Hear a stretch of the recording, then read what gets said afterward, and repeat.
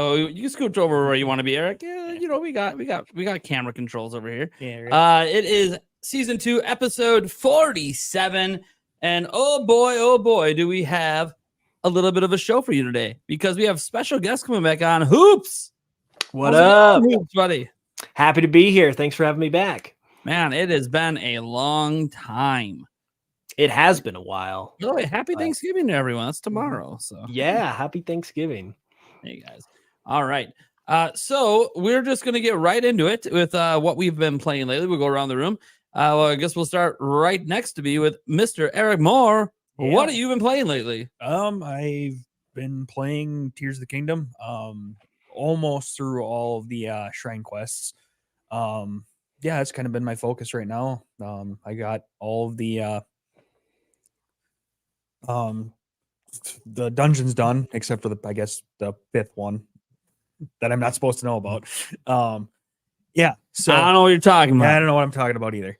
So yeah, no, that's kind of been my next thing, is kind of just going through making sure I got all the missions complete and then start heading towards the actual final part of the game here. So Yeah, Yeah. sweet man. Heading in the home stretch. Yeah. You might actually defeat Ganondorf before Yulia does, and she's got like 500 hours in the game. Possible. Of course, she's like about to beat every single shrine and everything. I don't know. She's going nuts right now. Yeah. Jake Randall, are you sure you're going to keep it clean tonight for starters? I'm not so sure with you. I can't make any promises. I love to make a promise, but I can't. But I am gonna try because it is Thanksgiving Eve. So I'm gonna do the best I can. But if I messed up, it don't bother me none because Thanksgiving for me too. All right, so just keep it clean with me, okay? All right. I'll keep it in my heart. What have you been playing lately, bud? So this is like I think the first week all year where I don't think I played anything. I've been crazy busy, and it sucks because I got the PlayStation Portal last week, and I feel like I'm the only one who got one and didn't immediately test it out. But that's probably going to be my next thing because I want to make a review for it before Black Friday. So hopefully I'm going to be playing a whole heap of PlayStation games tomorrow. That doesn't mean I still don't have room for Nintendo in my heart. I don't know, man. I think you're leaving Nintendo behind. You're cheating. Oh, no. I like to go both ways. Whoa. I'm keeping it clean. The 2-inch destroyer would know. Right. Hoops, buddy. What have you been playing lately? Well, I've also been playing Tears of the Kingdom. I have not quite yet beat it yet, but my goal is to beat it by the end of the year. That's my standard I'm setting for myself. And I also recently have been playing some of the Pokemon DLC and just gearing up for part 2 of that coming up. So that's what I'm focusing on. Wait, Nate, can I plug my own Twitter real quick? Because I just see a couple things in the chat. I mean, sure. All right, well, since we're talking about the PlayStation Portal and people in the chat are like, you got one? How'd you get one? I literally, that's what I do, is I help people get it. So if you want to try to get one, just follow me on Twitter. That's what most of my content is based around. I started by helping people get the PS5, like since before launch day, like helping people pre-order it. So all Jake Randall on Twitter. May or may not keep it clean, but I'll get you a goddamn PS Portal. And hey, you guys looking for the Switch 2 next year? I already know who I'm first message, Jakey. Let me know. Let me know. Gotta get it in. What? You gotta get it in, though. Gotta get it in. Right. I've actually had that on my mind because when the Switch came out, my brother worked at GameStop. And I also went to high school with his manager. So I had the best in ever. And now I don't have that. So I got to figure something out. All right. Well, I got you too then. Dope. Okay. I'll hit you up. Awesome. And I guess that comes back to Mawa. For starters, a week where Jake doesn't play games and Eric does is just right now I'm not processing this at the moment. Eric, you literally just talk too much. I know. That's just what it is. Yep. But no, look, you guys, it's no secret, guys. I for the first time in podcast history, I missed a show last week. Literally, first time ever. I've done like 700 episodes, but I was sick. It is what it is. I was pretty sick. You guys all know about all of that at this point. But that also means I had some downtime and I got the game, which is pretty nice. Shout out to my fiance who set up my Switch in my bed because I was too weak to actually physically hold my Switch. But I can play it on the TV, so I was all good. And I got some gaming in. Lots of Mario Wonder, lots of the challenge levels in Mario Wonder, which maybe when my brain isn't fully working probably isn't a good idea. But you know what? I did it anyways. Then I played some Tears of the Kingdom. And then, who needs a PlayStation Portal? Just played a little Spider-Man 2 streaming straight to my phone, baby. Split screen is too small. I like the feel of the real DualSense. I had a real DualSense, by the way. Is it a real DualSense when you don't have I like it all in one piece, like the form factor of the Switch. That's fine. That's fine, buddy. I thought you liked the Switch too. I guess no. Well, here's the thing. As I was playing it on my phone. Who plays their Switch in tabletop mode? As I was playing it on my phone, you know what I also realized? Hey, you know where else it could stream? Straight to my Apple TV. So then I just played the PlayStation 5 on my TV without the PlayStation 5 being in there. Who needs a portable when it could just that's the dumbest thing of all.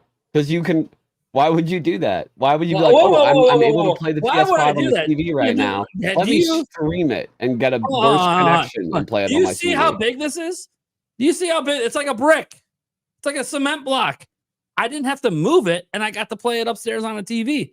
I'm confused. I don't know how this is a problem. Because you could have just played it directly off your PS5 on a TV. But that would have required me to get up while sick, crawl to my basement, try not to drop this brick as I'm trying to carry it up the stairs, fumble around, mess with some wires, or I could just click a button on Apple TV, and here I am playing. Hey, some people live their whole life sick, and we're still not that weak.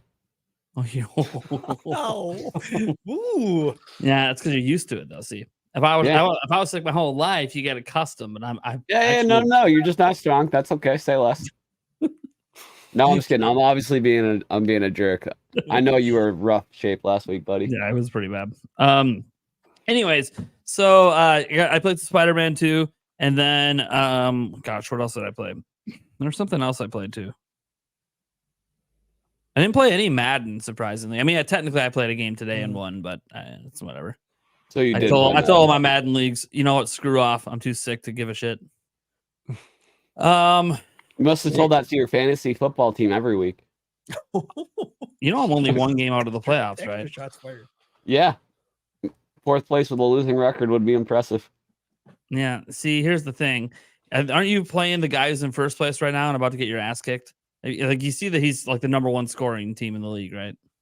Yeah, but we're tied for first. I beat him last time.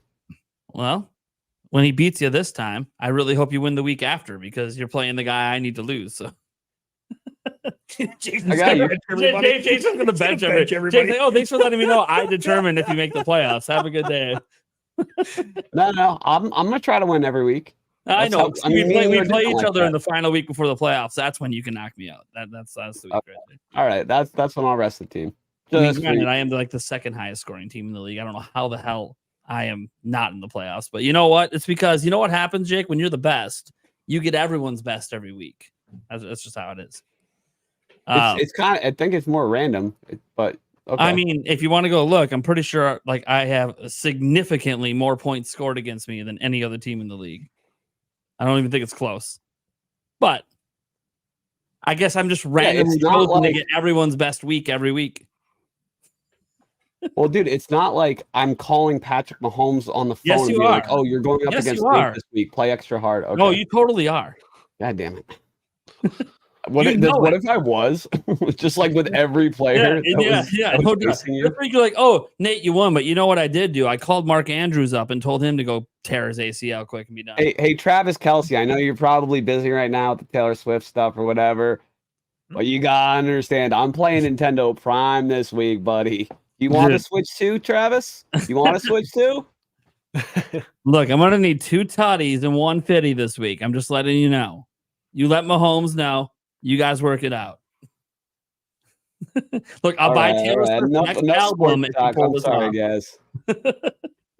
Anyways, no, so I have actually played quite a bit compared to my usual week. I mean, it was really random, guys, because I was really weak. I was really tired, so felt like I was playing a lot, but then didn't really make a lot of progress. So then, did I really play? I don't know, but I was playing games. I physically had a controller in my hand a lot over the last week, but I did my best. It was fun.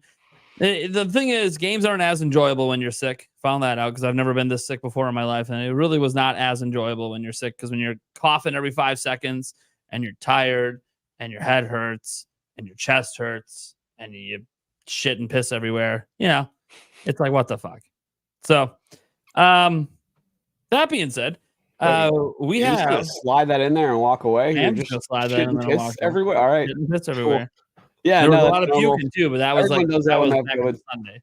Anyways, all right. So I don't even have the topics up because I'm a great, amazing host. Hey guys, dude, I'm a little rusty. I missed a week here. All right. It's all right. Hey, a lot of people can't get it up if they've just been sick. That actually wasn't a problem. Hey, happy to hear it. Happy to hear everything is fully functional. Fully functional down there. That's the one part of my body. It didn't care. It was raring to go. All right. So getting to the first topic of the week. We only have a couple topics today, guys. You guys can submit questions, of course, for the third topic. You guys, if you don't know, you can super chat in like $2 and up and just ask questions about video games or whatever, and we'll throw that in our last topic. You can submit that stuff all throughout the podcast, and we'll feature it on screen. But the first topic that we have here is going over some Game Award stuff. Now, I'm not going to rehash stuff that Andres Restar did last week. Thank you so much, Andres, for hosting. Sorry you couldn't make it this week, but things happen. So you guys, they went over like all the categories and the game of the year and all these debates last week. This week, though, I kind of want to just talk about something that wasn't talked about as much, and that is, what, if anything, is Nintendo going to show at the Game Awards? Because 9 of the last 10 years, Nintendo has actually shown something new at the Game Awards. It's a common misconception among Nintendo fans that Nintendo doesn't show up. Nintendo's actually showed up with more things in the last decade than any other company. Believe it or not, they actually support the show the most. Sony doesn't show something every year. Microsoft doesn't show something every year. Ubisoft doesn't show something every year. EA doesn't show something every year. Activision Blizzard wasn't showing stuff every year. But Nintendo every year has showed off something new except for 1 year in the last decade. That was 2021. That was the only year they skipped. I talked about it in my video today, probably because of the pandemic. I'm assuming game delays. It just didn't line up for them. Lots of companies didn't show a lot of stuff in 2021, but they did show something in 2020. So the thing is, what, if anything, is Nintendo going to show now? What do you guys think? Could be anything. Could be DLC. Could be. It's not going to be a new Smash character, so they can't go to that well.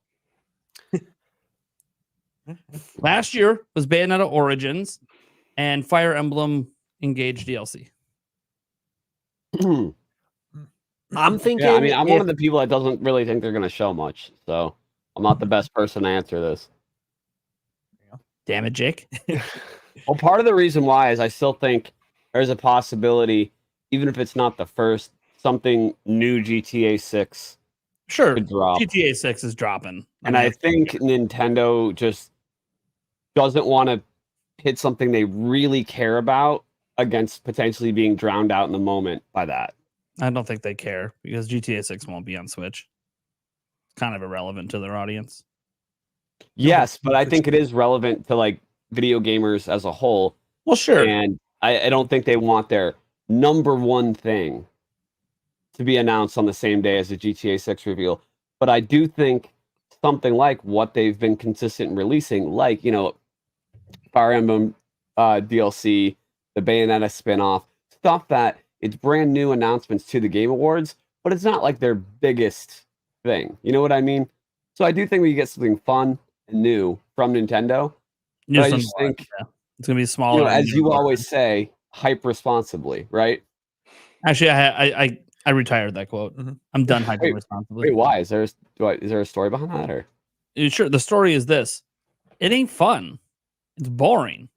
Get hyped. So now you just hype irresponsibly. You were just Dude, I'm an irresponsible hyper now. Wait, hyper? I hardly know her.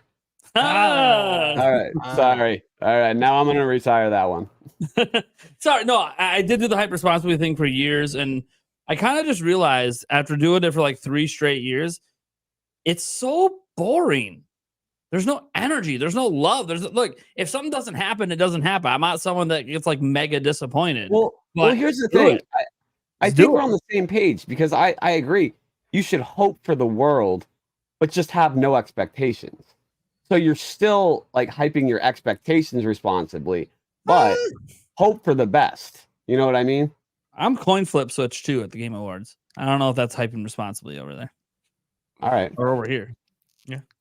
I mean, No, I think by the there's way, something I as don't actually think important as Switch 2 the is going to be Switch there, but 2. I do think I made the argument in my video today that Switch 2, while I don't think it's going to get teased here, I will say that and I mentioned this, if Nintendo was worried about GTA 6, there's only one announcement they have that could compete next to GTA 6, and that would be See, a I new don't think platform. they That would would be want a new to platform announce with 3D that. Mario showing off on it. I don't think they would want to announce the Switch 2 at an event that wasn't Why? completely owned and operated by them. Because see, if they announce it there, you know what can happen? They show off the 3D Mario, then right at the end of the trailer, small little 5-second tease that GTA 6 is also on Switch 2. Now they just adopted the GTA 6 announcement. Yeah, I like that theory. Like that They're would not be going to fun. do it. Right. That would be the ideal thing, and nothing could top it for sure. And I mean, if GTA 6 was going to be on Switch, that'd be a win-win for Rockstar because it would just hype up. Yeah, GTA it'd just be more 6 hype. It's just more hype. Yeah. Yeah. So I mean, if that was possible and that could happen, that would be amazing. Yeah. But yeah, I mean, just, it's possible. It's just right. highly unlikely. I agree that it is. Highly unlikely. But just very unlikely. Yeah. The only reason I would you can't rule it out yet. Yeah, I would. The only reason, and I talked about this in my video, that I could see Nintendo considering, and it'd just be a tease. They wouldn't like the full blow up for the system would be later. But the only reason I even entertained it is because the Game Awards draws an audience that is like 8 times bigger than the audience Nintendo can draw on their own. So if they wanted to tease a new system there and they think it would help with their transition to hit on a massive audience all at once, and a lot of Nintendo fans are going to be watching as well. Their audience is going to be there. Why? Nintendo's the most nominated company, and they have 2 games up for Game of the Year. Nintendo fans are going to be all over that event. They left E3 because they were tired of making their biggest announcements on not their own platform. E3 also so never makes drove. No sense for them to be like, the Game we Awards don't like doing all those announcements on E3 right? anymore. Yeah, sure. Let's do them on something that's essentially the E3 replacement. Yeah, but the E3 replacement gets 7 times the audience E3 ever got. E3 ever got? Yeah. Dude, there's E3 used to get reported on by like mainstream last media. year the Game Awards was streamed to over 120 million people at the same time. That's like the entire audience of Switch. That's but like one of the biggest the entire events. audience though are all gamers. No non-gamer watches the Game Awards. And who's Nintendo? So it's not like there's going to be like new eyes. You know what I mean? I don't know. Selling their system to again. I'm confused. Yes, and gamers will be more. I mean, we're just going in circles, but gamers are going to be more interested in the GTA 6 thing.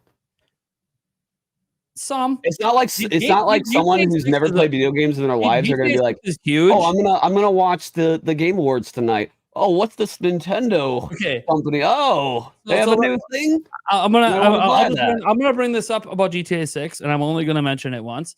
It is literally one of the most casual video games in the entire video game market. Its primary audience won't even be watching the Game Awards. And I know that sounds crazy, but when you sell 190 million copies, you have a point. But I do think the amount of people that play that game that will be watching is still probably the biggest market that will be watching the Game Awards. Yeah, the biggest market for the game aren't people watching the Game Awards. No, I understand that. But people are going to buy day one. But the amount of people it appeals to is so high. Yeah. Even the people that aren't watching the Game Awards that are interested in that game is going to be higher than the interest for any other game shown at the Game Awards. Oh, but I agree. I do still agree with what you said about that. I just think there's that many people. Once you're getting 190 million people, like, come on, you've obviously hit. Yeah, there is going to be a lot of casuals. You're right. Yeah, that's mass market appeal at that point. Like, literally, there's only very, Very few video games get up there. Not even Mario Kart touches that. I mean, we're talking like Minecraft. Like there's like a select few games that can hit that large of an audience. So, anyways, yeah, GTA 6 is going to be great. And I assume it's going to be, by the way, nobody knows for sure that it's going to be shown there, guys. All Rockstar said is it's going to be shown in early December. So people are like, oh, well, what's in early December? The Game Awards. They could literally just drop it next week. Like we don't know when they're actually going to show it. But I don't think they're going to do that. But well, here's the thing: they don't need the Game Awards. GTA doesn't need Game Awards. Oh, I know. So that's the thing. Like they don't technically need it. So But do does they? the Game Awards need the GTA 6? But here's the thing with the Game Awards getting GTA. But the Game Awards would probably increase some viewership. The Game Awards would probably do just about anything to get GTA 6 to drop something exclusive. But remember what you just said. Oh, well, Nintendo won't show anything because it won't show anything big because of GTA 6. Then why would anyone else show anything big because of GTA 6? No, I agree. I agree with that. Then why would the Game Awards have any other game shown but GTA 6? So it might actually be a negative for the Game Awards because now. Well, here's the thing. I think some third-party companies that normally wouldn't be able to get the big spotlight will be very eager to show some incredible projects that are not announced yet because they know that, okay, the major companies aren't going to want to compete with that. So we'll be the ones that people are like, okay, what else was there? And then they get to stand out a little more.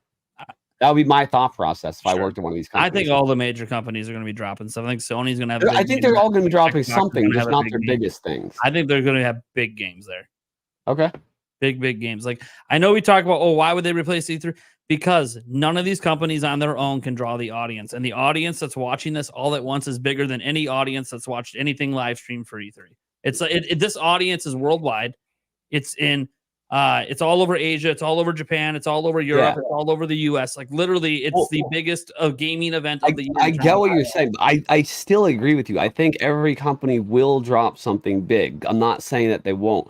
I'm just saying their biggest thing, I think, for the major companies will be held back. They could, you know what I mean? Like that's always debatable what the biggest thing is. Yeah, I guess it is. Because like even Sony, they got multiple massive IPs. Nintendo, right?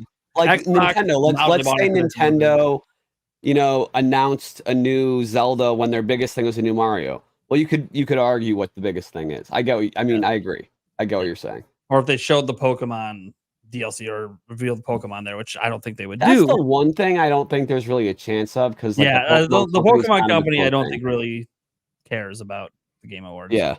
And they'll never be nominated for anything, but maybe as long as we can agree that Baldur's Gate 3 is just gonna get that out of here. We already have a bet on that. So beyond the Switch 2 pipe dream, just to throw some of my stuff out there that I was thinking, if Nintendo wants to go big, I don't think that there is a lot of options for them right now because of the new hardware coming up, but there are a few things they could do that Nintendo fans would be pretty satisfied with.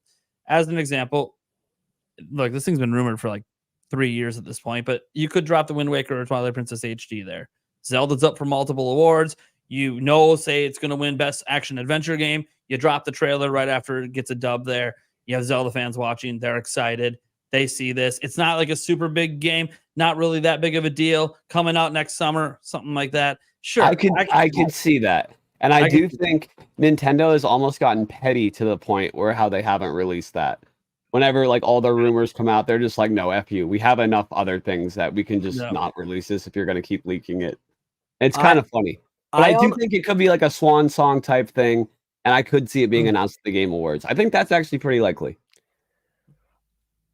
I could see that happening too, just because next year is kind of the year of sort of ports and smaller remakes and stuff like that for the Switch. But also I've kind of adopted the idea that the reason why they haven't done those ones yet, and they're the only Wii U games they haven't ported, is because they want to save those for the next system and have it be if not a launch title, an early title, because that would really kind of sway people. And then you can go, it's 4K, 60 FPS. So it's the best version. I see what you're saying, Hoops. You could also make the argument that they were saving them to be the swan song title.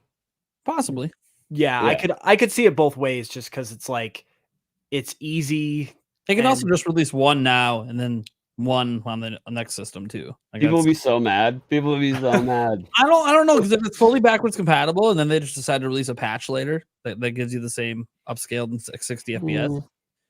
Mm. I don't know. Depends. The only other thing that I thought, and this is, by the way, major announcement. So Switch 2 is like a pipe dream where you get. Well, 3D can I ask you a Mario question, Nate, about it first? yeah. Don't you think if Nintendo released or announced either one of those by itself, without even implying the other would come later, but just announced one of them, don't you think the immediate reaction from the fan base would be, why aren't you pairing it with the other? Why is it just one? No, because Nintendo's never paired them together. They've literally Oh never. yeah, done not that. yeah, they never did that. Not with Zelda. Super Mario. Not with Zelda. Zelda's always been 4-pack individual. they released on the GameCube of Zelda games. Yeah, that was different. That was a collection. Yes. Yeah. So why wouldn't they release it in a collection? Why would it be a collection? Everyone knows that both games exist and associate them together at this point. They associate them together because they were both on Wii U. I think you have an unpopular opinion right now. No. I think. Look, hold on. My opinion is I'd love it to be a dual pack. That's your no opinion one, of no one whether doesn't want that to happen. I don't think Nintendo is going to do that. But your opinion of whether it's possible that they do it as just one. Because all of that possibilities was always speculation, and until Nintendo actually. Well, no, not even the possibility that they do the just one. Your opinion is that if they did it as just one, fans wouldn't be upset that it was just one and didn't include the other. I don't think they would. I think they'd just be happy. That Fans are upset every single time, even if there's no precedent, like you said. Oh, okay, fine. If you want to argue, there will be some fans looking a gift horse in the mouth and bitching about it. Sure, I'll take it. You can. I won. It's gonna happen. I'm just As kidding. long as they just launch it for $40 and not 60, it's all good. They launch for 60. All right, more people are probably gonna be pretty pissed, but it is what it is. Yeah. I think They the were only way only to 50 on justify Wii U, 60 is so. to have both. I could see Nintendo pulling a 70 for both.Uld you see that? no, I could see that. not on Just, Switch. just because it's like it's not like some B tier series. It's Zelda, so they Right, and they put a premium what's on. the only other game they did it for? A standalone, brand new Zelda. but I could it's see one them of doing 35 a piece for the remastered. how many Nintendo games need 16 gigabyte cartridges? Yeah, okay, but they still did they give you a discount if you bought it digitally? Well, no, Okay. that doesn't matter. The point Yeah, the it point does is matter that because all you're the implying that the difference in cost is because of the cartridge size. yes. When there has been other games released with that cartridge size that didn't increase in price, and if you forego getting the cartridge, not Nintendo. That's their only game on a 16 gigabyte cartridge. And on top okay, of that, first party, yes, but third-party that is games, released on the system. games literally keep launching on Nintendo $40 more expensive than they are on every other system. The Switch tax has absolutely been a thing this whole generation. Third-party games have been more $60 expensive. games have remained $60, except for a couple of examples. Whereas opposed to now, the standard is 70. So even though you get games that are like, not AAA for like $20 on PlayStation, and then they're always 30 or 35 on Nintendo, that's different than all the $60 games jumping up to 70. Cool. So all the re-releases they've done for $40 over all the Switch generation, we'll just ignore all of that. No, And but that's just not what I'm hit talking the about. I'm Wii just Fit saying one. it's possible. You're kind of proving my point. If you're saying that Nintendo charges a premium, then yes, you're saying it's definitely possible they could do 35 a piece for the remasters and charge it. Well, that's 70. different. Now you're talking about a dual pack. That's dual pack for $70. That's what this whole conversation started with. Well, that's different. That's 35. I said one or the other, and you switched to dual pack. No, Dual Hoops, pack didn't I? for Wasn't I 70 is a implying deal. a 2-pack for $70? That's a deal. That's a deal. Yeah, No, that's- Hoops. Was I being clear or not? That's what I thought you were talking about. Yeah, No, that's I what- thought you were no, talking about yeah. individuals. I'm like, no, that means $70. Yeah, okay. That's both games. That's $35 a piece. That's a deal. No. I meant yes. That's- I was talking about 35 a piece, but I meant within a dual. Absolutely. Yeah, they can do Yes. that. Yeah. So yeah, I was saying a third option, Nate. I was saying individually was the first option. And then Together you for said dual 60 pack was the at 70. second option, and then I was saying I could even see them doing it together for 70. Sure, yeah. That's what I meant. Together for 70. Yeah. I mean, that's Yeah. how no, that wouldn't even get a negative reaction. That's less than $40 a pop. You know, I almost, now that we're talking about it, I almost see that as the way they do it, because I feel like if you released them individually, I can't see a world where Nintendo would like devalue a Zelda game by releasing it for $40. And so I feel like releasing it I mean, to together be fair, for I'm pretty sure you can get Breath of the Wild for $40 right now. The Black well, Friday stuff, right? that's a bit different because it's been out for like years and years. I feel Yeah, those ones haven't. What? well, if you're bringing it out on the Switch, that's I obviously get what you're saying. I do get what you're saying. like I don't like Yeah. they are like they're worth $40. Obviously, I'll say this. If they did a dual pack at 70, I do think that they will offer that also digitally, but I think they'll also offer them individually digitally for 40. I think they'll just give you that option. So you're not forced to buy both if you don't want to have both. And this is what they've done with other dual packs, by the way. They've offered the ability to buy them digitally. Except for Mario. Well, 3D All-Stars, we're not going to go there. I know, I'm don't just think anything saying with that. it's possible. But Yeah, there's a lot of stuff that was weird about That's that. Mario, man. That's Mario. Zelda's never been ran like the Mario franchise has. So I'm Yeah. And Mario never released a 3-pack like that until the Switch. What are you talking about? Super Mario All-Stars back on the Oh, Super true. Nintendo. There was way more than 3 games on that one, actually. Well, then I could say the Zelda 4-game collection back on the GameCube. There you go. If going that far back is relevant in the 90s, then That me going back 4-game to the collection, 2000s is relevant. okay. That Zelda 4-game collection was never actually sold as like an individual item. It was a bonus item. Yeah, just like 3D All-Stars, the new one. It was No, a 3D limited All-Stars item. 3D All-Stars was sold to you as like that 4-pack you're talking about. But yes, but for 1 year only. Okay, that 1 year only still longer I'm than just only saying, available if you In that pre-order a way, game. it was still a special release. It was a pre-order bonus. Yes, which is special. They never sold it individually though. Like you I know. couldn't just go buy it. You had to buy a aware. different game, and you had to be one of the first people to pre-order, or you didn't get a chance to get it. No, I'm aware. You didn't have to Or be one of preview. the first. There's millions of copies that came out there. But Sure. okay. Sure. They had they had quote unquote millions. Kind of funny because it's actually less than 1 million, and the game that it was attached to sold less than 4.5 million. But that's besides the point. There was only a pre-order bonus, and you could only get it at launch. I know. So And there was still I limited don't amount of know. time you can get the Mario too. he's like, I don't know what you're talking about right now. It's a little No. disc that had like Majora's Mask, Ocarina of Time, and some Master Quest, bunch of stuff together. When you pre-ordered Wind Waker back in the day. It was 4 Zelda games in one.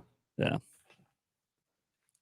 This is a little classic collection pack, but people get nuts about it because it had Master Mode on it for Ocarina of Time. That was one of the big things. Boom Mini, don't worry. I ate half of a pizza right before this started, so that's why I'm not eating my desserts.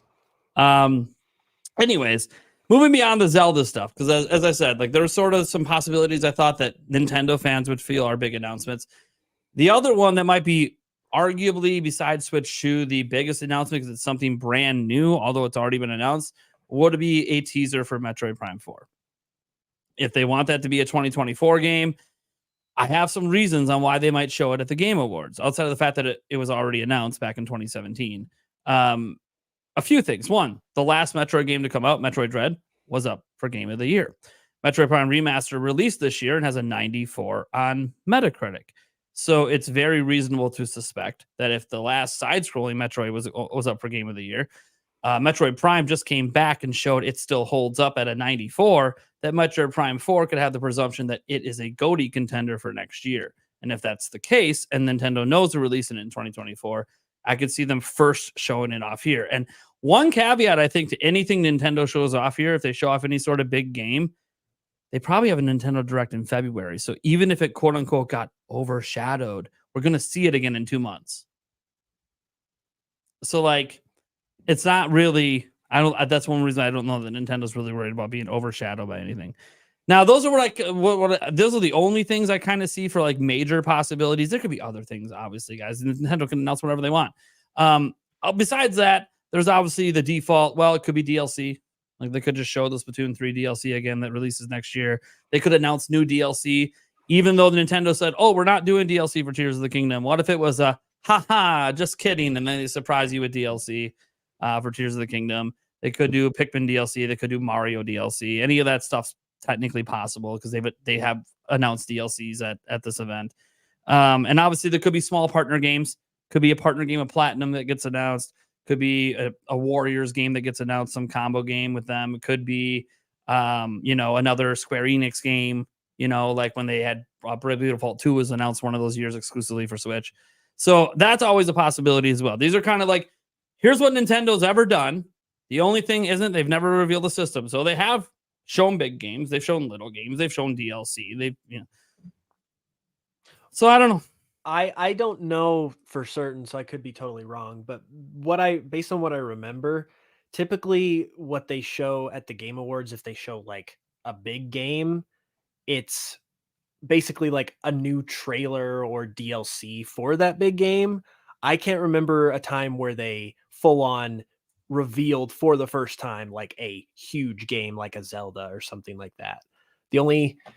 So like for me, I'm thinking if they're going to do a brand new like game reveal, it's going to be like a smaller ish title, or they would have to do like a follow-up trailer or DLC for a bigger game. But the problem with that is that like other than DLC for like Mario Wonder or something like that, we don't really have like any upcoming huge games at the moment that like we're waiting on. Like they're kind of all already out, with kind of the exception of Metroid Prime, because we know it exists. So like I could see that, but then there's the question of, is that going to be on the Switch as a swan song, or are they going to move it to Switch 2? Because that could affect the reveal of it. So yeah, I mean, there's a lot of factors to consider in any situation, and whatever Nintendo's doing, they're very calculated, they're very well planned out, and they know exactly what they want to do when they want to do it. They know exactly what they want to show at these awards every single time. I think the only year that probably had a wrench thrown into it besides the COVID year, because there was one other year they didn't show a game, but I don't think anybody thinks what they did instead was bad. That was the year Iwata passed away in 2015. They did a massive dedication to him at the awards and took literally like 10 minutes of the award show to praise Iwata and do a big speech. So I think that year just wasn't appropriate to show a game when you're saying goodbye to the leader of the company. But besides that, you never really know. Nintendo, though, is very consistent in bringing something to the show. And I'm very curious, too, like how our opinions would shift. Like what happens if GTA 6 isn't shown there and it's actually revealed before the show? Would that suddenly shift what people are doing at the show? Because, again, Jeff Keighley didn't guarantee it's going to be there. I mean, I would think, since it's already announced it's happening, at some point, if it's there, Jeff Keighley is going to tease that it's being revealed there, because Rockstar already teased they're revealing it in December. But we'll see on that front. They have plenty of time to hype the game over. It's like 2 weeks away. So, like, yeah, there's a lot that can happen between now and then. You guys have any other random guesses? How about this? Instead of like, because it's easy to be realistic. Just say I had one. Okay, what do you got? I don't want to. Is it realistic? Is it realistic or unrealistic? I don't know. I don't know where this actually falls. Okay. What if we get the cast for the Zelda movie and filming timeline? They could announce that now. And filming timeline. That could be announced now. Something Zelda movie related, I think, actually makes a ton of sense, Eric. Yeah, the strike's over now, so they could announce the other thing I was going to suggest for a realistic thing is what I talked about last week, which is possibly a new amiibo line. Or just new amiibos for a different line. Okay.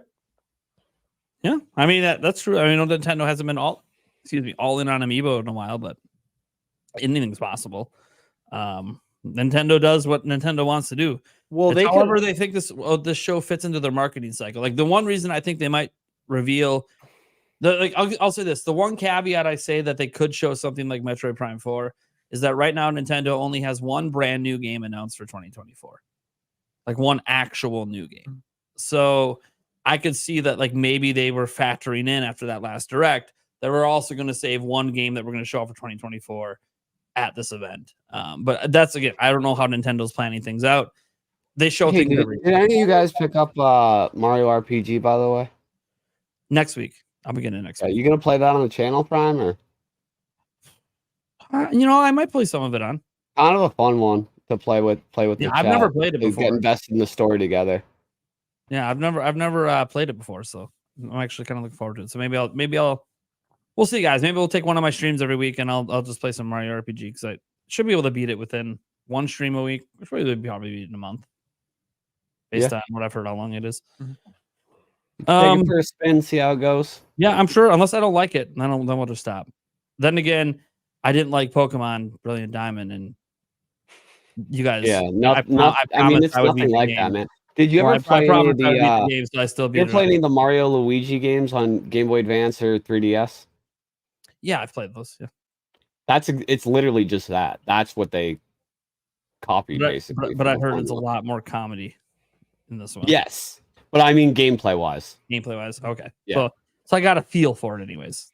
There's a lot of comedy in those ones too, but Mario RPG is the original and the best.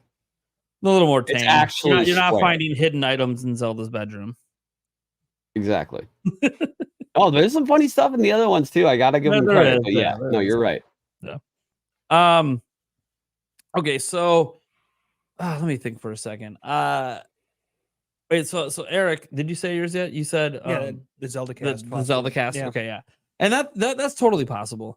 Now that the strike's over, and maybe they knew the strike was going to end, so and even they if it's teased not it at the the thing. cast, maybe it's a filming timeline. Notably, the director just said that he was wrapping things up on the Planet of the Apes movie, which of course that's already got a date and coming out.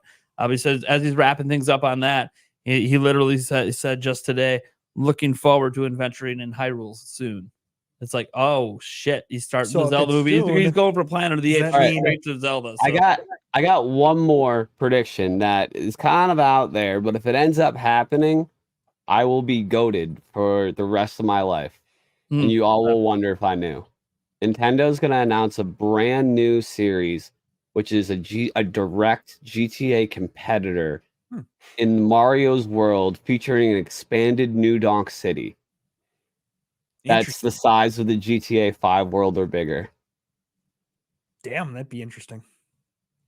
There we go. Nintendo's GTA Mario style. Look out. I would love that because I would just like aimlessly wander around in New Donk City just because of how fun it was to just run around. Yeah, wouldn't it be sick? So yeah, that would be amazing. And like you know how Yakuza is kind of like gets a lot of inspiration from GTA, but they have a lot of like mini game stuff to do. So Nintendo kind of takes that from a Yakuza series. You can go in arcades and play old school Nintendo games within the world. Yeah, I'm cooking. That would be good. And then the multiplayer lets you go in other people's world and play cabinets next to each other. Yes, let's go. Oh jeez. Or you get on the same cabinet, and so you know you're doing multiplayer. Someone clip this. So if Nintendo ever does that in the next like 20 years, nice. We can all come back. So what I was going to throw out there is it's easy to talk about the realistic expectations. But how about a pipe dream? What's an announcement you would just like to see happen from Nintendo at this event? Just anything. Anything it could be. Any game, any whatever that you absolutely just want to see right now. What's the pipe dream? Because I mean, this could be for a Direct as well, but you know what? Direct is still a couple months away. So this could be fun. Nintendo's buying Rare back from Microsoft, and then bringing back some of the Rare games. Well, they would have to include it buying the IP. Well, not just I don't really care about the studio anymore, to be honest. Right. The IP, though. Right. Okay. And then watch Nintendo do nothing with it like they do with half their IP. Right. They would just put it on NSO and call it a day. That's what you're getting. I've got a good one. I take it.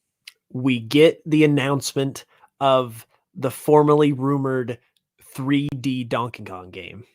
There you go. That could actually be like there's your expanded New Donk City. Yeah. That's honestly I thought of that already, but I was like, I don't want to reuse that again, and that's when it got me thinking of New Donk City. But I could see that as like a good big game for 2024. Yeah, no, it's not bad. It's not going to be like good. I just don't know if they would. And they're like going to do a Donkey Kong theme park expansion. There's been rumors of potentially a spinoff from the Mario movie with the Donkey Kong movie too. So yeah, I'd love Seth Rogen to have his own standalone. Would I though? Because I don't like standalone Seth Rogen movies in general. He's better as supporting cast. I don't know. Sausage Party was pretty good, and he was the lead in that. So was it? Yeah, it was pretty great. Okay. You don't have to like it. I'm actually kind of surprised. You know why? I don't I'm sorry. dislike He's it. more I just than don't. 2 I inches. wouldn't That's the describe it as problem. like pretty good. He's more or than pretty 2 great. inches. It was his friend that was shorter. Yeah. But he's more than 2 inches. That's the problem. Dude, I don't know. Sausage party, like that just freaks me out, man. You don't have to get up in those buns. Dude, no, it's so scary though. You're just like never at peace the whole movie. You're always like, like there's It's always funny. you're A always bunch of eating. people in the chat, like, no one's like sausage party. As I'm literally saying, it's like one of me and Yulia's favorite movies, and we watch it like every. No, like again, I'm not saying I don't like it. I'm just saying I can't like relax. You know? I'm Nah, watching dude, it. you pop an edible and you just watch it, and it's fucking. Dude, that great. makes it worse. That No, makes it so much worse. That makes it so much better. What are you talking about? No, it's too such much. A good It's movie too while you're much. high. It's such Freaks a good me movie. out, man. Jake Randall's scared of the bun. Confirmed. Not scared of the bun. I'm scared of getting eaten. Mm. There's only Yeah. one scene where like things get eaten. It's like the baby carrots. Dude, some people actually like to get eaten. You should meet my ex. Sorry, god damn it. I'm keeping it clean. I'm keeping it- I'm pretty sure that's like all women. Anyways, so Pipe Dream 3, the 3D Donkey Kong game that's been rumored before. Yeah. Let's get that bad boy. That sounds sweet. Eric's was Rare, getting the rare IPs back, and well, I mean, I presume he also means doing something. with Well, those yes, IPs. Not just Yeah. the announcement. Oh, Nintendo bought back Banjo Kazooie and blah blah blah. Oh, they didn't buy Conquer. That's M-rated. They didn't want it. Fuck it. Never getting that back. Jake, Pipe Dream announcement from Nintendo. Like, what's the one big thing? Well, you that want was it. from Nintendo? That was it. The GTA. The GTA. Okay. Yeah. Like no chance that really happened. You know what I mean? Yeah. Like, Well, yeah, these are pipe dreams. It's like a no chance. It's like a no chance. Yeah. Thing. Like for me, like I can. I easily love say, pipe dreams. I can easily say Switch too, right? Like I could just drop it in there, but I already talked about that, so I don't. I feel like it's no fun to revisit something I already said. So this is my pipe dream. The next 3D Zelda's already ready, baby. Drop it. Drop No it like it's way. hot. That's Oh, like baby. that's like a Even pipe Zelda dream. It is a side pipe by dream. side Oh, with wait. Tears With of like the Kingdom. 3 Wait, Nate, you reminded me of my last prediction that I had last show, which was they'll release, or not release, but announce a new 2D Zelda. Oh yeah, top Mm. down. That's like Top a down realistic Zelda. Yeah, one. I heard that last 3D time I would be a watched- pipe dream for sure. Yeah, 3D is a pipe dream. There's no way it's ready. No. But a Yeah. top-down Zelda is not impossible. Or a spin-off game like a Hyrule Or a Warriors. Ocarina remake. Yeah, a remake game that could Yeah. have been worked on by somebody else. Yeah, absolutely. Those are all possibilities. But I said pipe dream, so I dreamt something that's literally impossible. There's no way. That's a good one. That's a good Can't pipe dream. say impossible, but it would mean that like this game's been in development this whole time, and then we don't know what it is, and it wasn't probably made by the Zelda team. So Yep. beat the hell out of me. Let me see here. Helps if I get my notes up. It lets me Okay, know. I'm I about put to have a lot ideas of in my sugar. notes. Yeah, you know. Watch out. Watch out. I'm gonna ask this just of Hoops because you know he hasn't been on our show in a long time. Who do you think's winning game of the year? Well, I think it definitely comes down to Baldur's Gate and Zelda. If I had a vote, I would give it to Zelda, but my gut is telling me that Baldur's Gate is going to win. And the only reason Man, Nate the is only- so pissed. Nate the is only reason I Nate is say raging. that, triggered right now. the only reason I say that is because Tears of the Kingdom just like borrows so much from Breath of the Wild, whereas Baldur's Gate is just like it's new and fresh.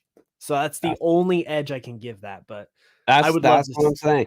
I But would- honestly, when you said that, my guy Nate over here, his eyes rolled back into his head so far, his whole neck like It's because bent it's like in the backwards. second Jake Randall. I just can't handle two. no, dude, I want Zelda. Like So I'm- does I'm- Jake. I'm Jake Luckily, wants all Zelda of to win my too. exes can handle two, and exactly two. Oh jeez. All right. Let's get into the next topic here. It's more than enough. All right, sorry. Yeah, It can be more than enough. So this one's just sort of one I pulled out my ass, but I also think it's a really interesting topic because Nintendo has talked several times about bringing Nintendo accounts forward, and NSO is sort of tied to Nintendo accounts, and it is their subscription service. So there's a high likelihood that NSO in some form is going to be carried forward. So what do we really want the next phase of Nintendo Switch Online to be as we like transition to this next platform? Because we know what it's been so far on Switch. What's next? How does it evolve to the next stage, and what is that evolution? Honestly, when I saw this on the topic list, it kind of made me sad because, well, I think that there's nowhere to go but up. And they've been thinking about this for years. It's clear from the investors' meetings. It's going to get way better. I'm probably going to be a fan of what they do. It just makes me sad that because of all of those things, the offerings on NSO are going to be harder and harder to get physically or even own digitally. Like not having the option to purchase a lot of these games, having them tied to an online service always. Even though I get that we can emulate these games and stuff, I don't know. Maybe it's just me getting old, but it makes me sad that we're really getting past like real ownership of games, and even Nintendo is becoming more and more a part of it. Even though they're still the best in the industry by far. Yeah, because like that's one thing I know that a lot of people hope is an evolution on the next system is that keep the subscription service, but then offer individual purchases as an option, like for old school Virtual Console, especially with the service that's being carried forward, where you don't have to feel as worried last time, because when they did Virtual Console, the number one criticism was they'd wipe it every system and you'd have to rebuy the games. And I know they did on Wii U offered a discounted price to upgrade your Wii version to the Wii U, but it was still charging you for something you already bought that isn't any better. Yeah. And so that was like the biggest Virtual Console criticism, but still, no one made you get rid of your old system. Well, I think Nintendo could do it in a way that still makes them happy, but would also make us a little happier, which is kind of like how PlayStation does it, where they have the tiers, and you get a certain number of free games and classic games if you do a certain online tier. But also, whether you subscribe to that or not, some of the old PS2 games and stuff, you can still buy and own. Some of the PS3 games, they lock behind the service. But there's a mix. Some of them you actually can buy. If Nintendo did that and we're like, okay, we'll make some of these games available to buy, but any GameCube or Wii game that we put on, we're not going to let you purchase it. I think that would be a fair compromise. It's like a win-win. Okay, we're getting new systems that we didn't get on the Switch, and maybe we can't own them, but some of the systems that were on the Switch or the real legacy games, if we don't want to, have a continuous online subscription, if we want to let it lapse at times, we can buy some classic Nintendo games for $5-10. You know what I mean? Like the Wii U. Yeah. I mean, that is, I can't say it's not a possibility, because Nintendo has done the whole Virtual Console thing before, where they've sold individual games. And while I don't think the subscription service for games is going to be going anywhere, it would be interesting if they just decided to expand the offerings to just for people that maybe want to make those individual purchases. I mean, look, the number one reason people have an NSO sub is so they can play online, right? I mean, that's true on every platform because it's a requirement. But it's getting those extra subs. You get the expansion pack. The expansion pass isn't about playing online. That's because you want access to content. So, correct. Yeah. So that is obviously a way they could potentially go, just because they've done it before. I don't know that they will, but it is something I know a lot of people would like. Just an option. Yeah. Well, that's what I like about the PlayStation thing is like the stuff that they have that you can buy and own, like PS2 games. You still, if you have the online service, you don't have to ever buy it. You can still play that all for free. Yeah. So I think that's a good like balance. Yeah, there's also other ways to go. So like on one hand, that's bringing some of the classic games and bring them back to purchase. The other way to go would be, hey, how about something that's similar to what Xbox and PlayStation have also been doing for a long time, and start offering free games every month that you just get to keep, that are available to purchase and were there and have been out for years. Okay, the thing about how Xbox January suddenly Breath of the Wild's available for free for 1 month. But how PlayStation and Xbox do it is if your online subscription lapses, you lose access to all the free games you've claimed until your subscription starts again. Well, yeah, because it's tied to the subscription service. Yeah, but so what I'm saying, that defeats the purpose of what I'm saying, which No, is it's the you want to opposite let of your what you're service lapse sometimes and still have access to the saying. game. I was saying it's the opposite. It's the inverse. So right now, Okay. Nintendo has a service you subscribe to, and you get access to these games, and then it'd be nice to have some of those available to purchase individually. Well, games that are already available to purchase that are actually new to the system or been out on the system for years now offer some of those for free every single month just to subscribers. Oh, yeah, sorry. Yeah, I'm sorry. Yeah, I got you. Yeah. So it's like it's basically NSOing things that you can already buy and own, obviously. And I know Nintendo's less apt to do that because of the evergreen status. But I think it's one of those that, like, if they started doing it, it would be on games they know don't really sell anymore. Like, why are they packing Smash in this holiday? Because it hasn't really been a top seller in a long time. You can look at their spend in the top 10, but it's not selling millions every quarter anymore. Mario Odyssey. I think also a lot of people missed out on the and they could put it smaller. Smash Brothers Edition Switch when it came out in like 2018. Yeah. And so it was kind of a cool thing for them to do to give people a chance to get an OLED version of that. Of course, don't give them the cool looking dock, which was the best part of the whole damn thing. True. But no, yeah, like I think that there's a way they can do it, and I don't know if Nintendo would ever put their big games in it, like I know Sony does sometimes. But I could see it in smaller indie games that don't sell anymore. You want to pack into Golf Story, or pack into Snipper Clips. Oh, wait! Here's a fun idea. Yeah, that they could announce at the Game Awards, since this, or maybe they just do this at some point after they announce the Switch 2. But in order to clear out stock of Joy-Cons, because maybe the Switch 2 has a different kind of Joy-Con, maybe they start releasing some of the special edition Joy-Cons in their own sets for the regular Joy-Con price. Possible. That would be pretty awesome, though, right? Like, yeah, you can grab the Splatoon 3 special edition Joy-Cons just in a 2-pack. Yeah. Looking at NSO with the way it currently is and what they would do, that's always like the big question, because we got to N64. They seem to be wanting to remaster the GameCube games and sell them for bigger prices, which is fine.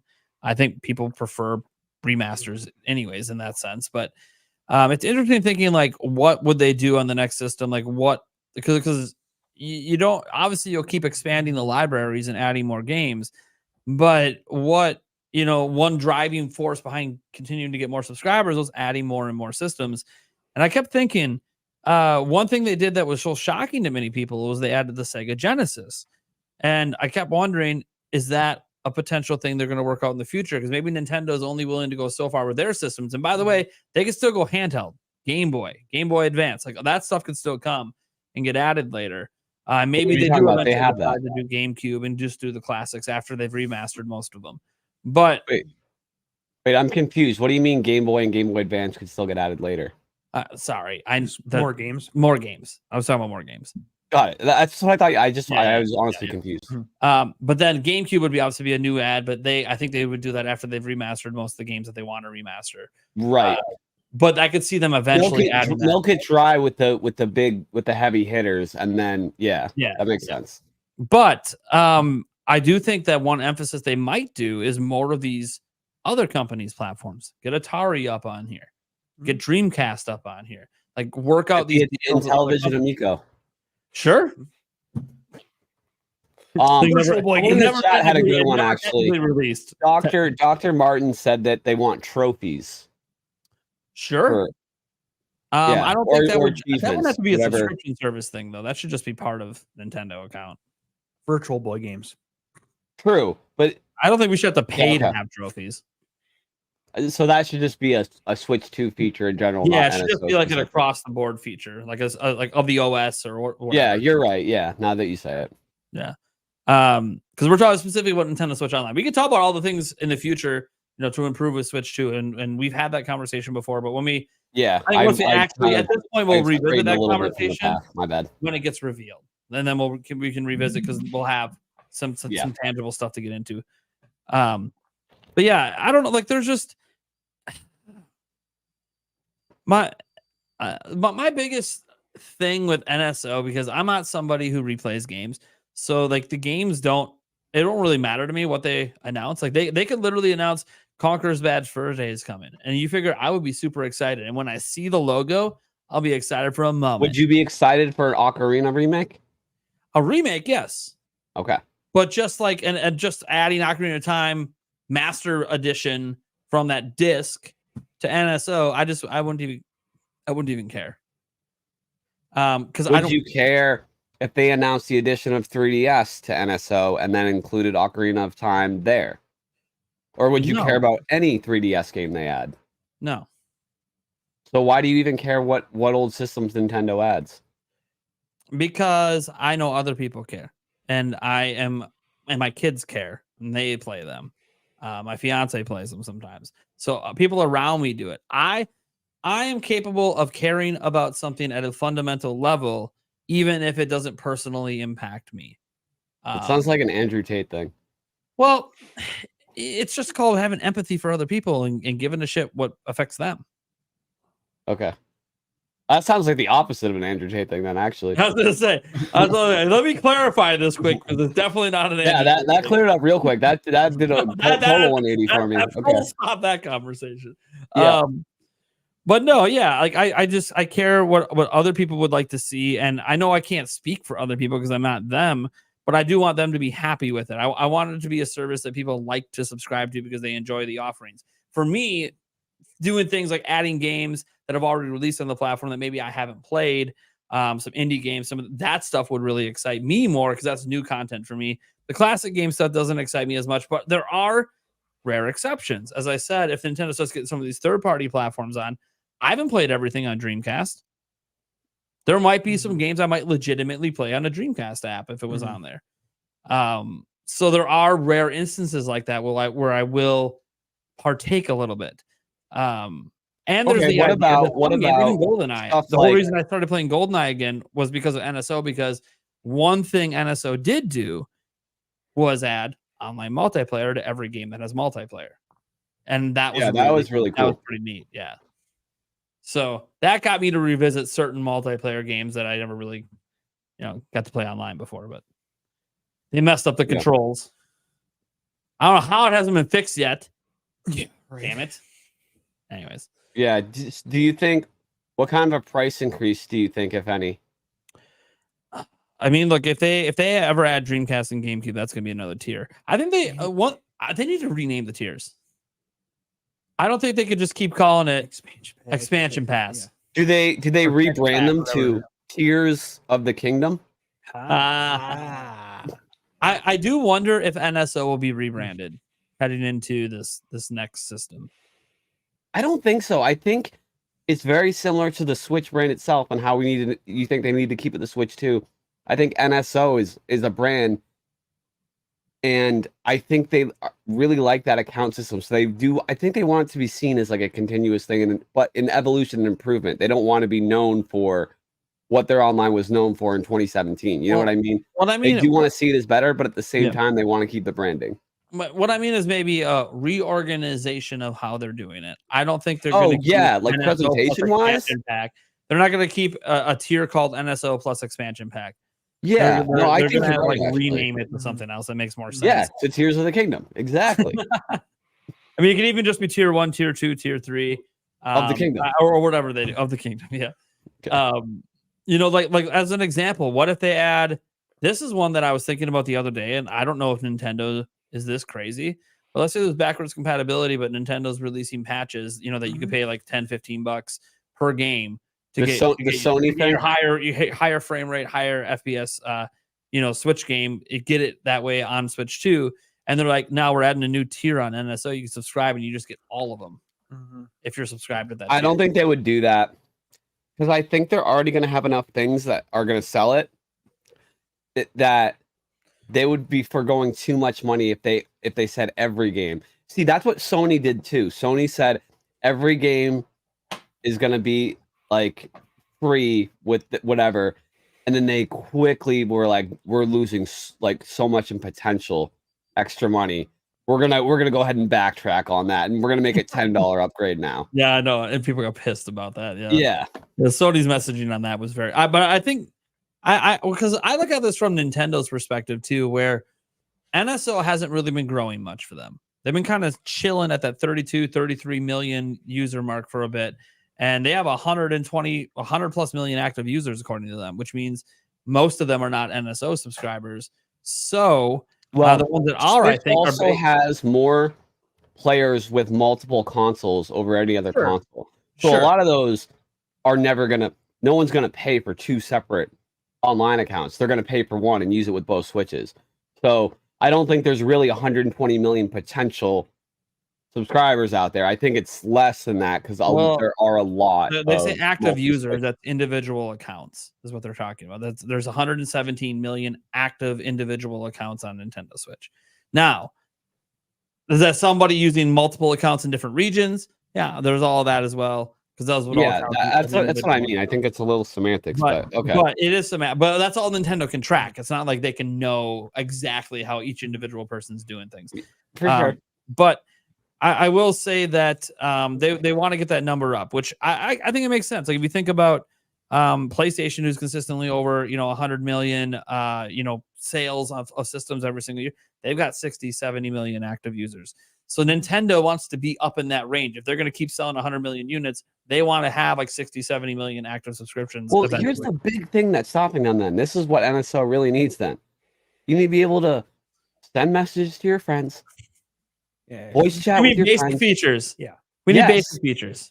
If they really want to, they don't need to. Hey man, they don't need to they don't need to overthink it like this. Shitty app of yours. Let me text people who are logged in on Switch. Yes, let's fix that stuff now. Now's the time, Nintendo. Come on.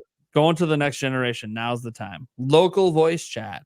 Being able to create a lobby with friends. I'm not saying the other ideas aren't great ideas, but these are necessary. Mhm. You got to start with those. I know a lot of people think Nintendo doesn't do. Oh, they got to worry about their family-friendly image. Nintendo keeps telling us that that over 85% of their users are over the age of 18. This is Nintendo who keeps saying it. And guess what? Every company has to worry about the children. You put parental controls in, and if you want to be so gung-ho about it, just make it so those features are locked. You know what I mean? With the password. Yeah. I mean, my kids are locked like hell on their fucking Switches because with my parental stuff, and there's not even that much to lock. It's pretty bare bones. So I mean, I think Nintendo's concern is that like the average parent wouldn't understand how to do it. You can make it real simple. Like, you know what I mean? Like, I don't know. Hey, Nintendo, as a parent, let me tell you something. I know that you allow me to age gate, but what if I'm okay with one of my kids playing a certain game that's in an age gate, but not the other ones? Let me just block individual applications, please. Why is that not possible? You know what? They already do have a really good parental control. I don't want my kids watching 17 hours of YouTube. I had parental controls set on my Switch for the sole reason that it was the only reason to track my total hours of gameplay. Total playtime. Yeah. So much information and analytics on every game I play. Because it's to help parents, right? But it gives us access to features. It's still in there too. Like you go to your account on Switch and you're like, oh, you get an estimation. It's not a fucking estimation in the parental app. I know. Obviously, you can see how many hours you played by going to your Switch games. Like everyone knows that. It's still an estimation. There's so much more info. Hours. Okay. I go look. Actually, I played 35 hours and 23 minutes, but thanks. Yeah, but you can also see. You can also like click a range of dates and like you can pick years even like from 2021 to 2023 and be like, I played like 20,000 hours. Or you can the pick parental like app and the statistics it has on it is so awesome. Crazy. Yeah, I don't know why we can't just view that on Switch. I don't understand. That again, and that's proof that hey, Nintendo has this really modern feature with all these stats. Why is it hidden in a parental app that most people don't use? There's just some funky things with Nintendo that it would be nice to see improved. Yeah, you're right. Basic features and basic functionality would be like, look, if they're not going to give me the freaking local lobbies because they still think this cell phone chit chat thing's the best way, which it's not. Don't get me wrong. I'm not saying the quality of the voice chat's bad on the phones. I'm saying that I shouldn't have to use a second device to play video games. The whole reason I'm playing video games with my buddies is because I don't want to use my phone. It needs to be available for phone calls from family and emergencies, not me voice chatting with people, and then a phone call interrupts, and I don't know what the fuck's going on, and I'm like, what is happening? And then my phone dies, and I got to charge that and my Switch. But I do think that, modernizing NSO would be really good, just with modern features. And I know some people think that might come with a modern price point. Do you know how much they charge for NSO these days? Look, if you just still want the bare bones basic, I just want to play games online. Yeah, it's still $20 a year. Well, look at the different tiers and packages, man. It gets pretty pricey. Oh yeah. And we still don't have the basic features. Like, if I have the top tier as an individual, it's still like $60, $70 a year, or 50 or whatever it is. That's a lot to not have basic features. But if they do add those basic features, they could get away with upping that base tier price. Sure. And still be the cheapest in the game, even if they double it. Yeah. And if they add enough of the basic stuff, people might not do their whole oh, this is an anti-consumer thing they do with every price increase for everything ever. Sure. I mean, that's what people do, and then they pay it anyways. Hoops, what do you want to see better on NSO? Or do you just like, fuck NSO, a piece of shit? Yeah, more like Nintendo bitch online. I mean, I think a lot of what you guys have mentioned, I would be down for. I think the basic features like chat and stuff is obviously essential. One thing which I'm pretty sure a given at this point, but it just makes all the sense to me, is basically having your account and like NSO as a whole kind of be sort of like a cloud service as opposed to a service on the Switch or like any other system. So when you get a Switch 2 next year and you log in with your NSO account, everything that we obviously don't have like virtual console or anything, but like everything that you would have on your Switch on NSO is like automatically there on your Switch 2 because it's like in the cloud, basically. That's the kind of thing that I would like to see them do, because I feel like it's 2023. I think we should be able to have like universal account systems by now. I don't think that I think we should just have that level of convenience. So something like that. Well, cool. I think that's what they want for NSO. I would think they want it to be their universal thing going forward. They're not going to do the separate account for every system anymore. And that's what they've kind of said in all their investor meetings. Yeah. So I think that is what we're going to see, but I guess if I'm making sort of a request or prediction, is that they just go all in on that kind of thing, to where it's like really user friendly, it's optimized, and like the like dream in that kind of scenario would be to have them introduce games that you actually download and own. So it's like when you buy it on one system and then you migrate to the next system, it's like boom, already there immediately. Yeah, and I do think that's a good clarification. I do think that's what they're trying to do. Yeah, hopefully. But that lends to the thing. Okay, so then it's got to be backwards compatible, right? Because we still don't really know. Yeah, accounts. I really hope it is, because like the thing, I've been sort of like lukewarm, I guess, with all of the rumors and stuff about the Switch 2, because even though obviously I want to see what they've got cooking and I'm excited about it, this whole time I've just been like rooting for the Switch to become that #1 best-selling console, just because it's so close, and I'm kind of like wanting them to give it a little more life, to give it a chance. So if they do bring out a Switch 2 next year, I feel like just because it was such an amazing system, it sold so well, it like brought them out of the dark ages. I feel like the least we can do, so we don't have to just like forget about it, is just make it backwards compatible.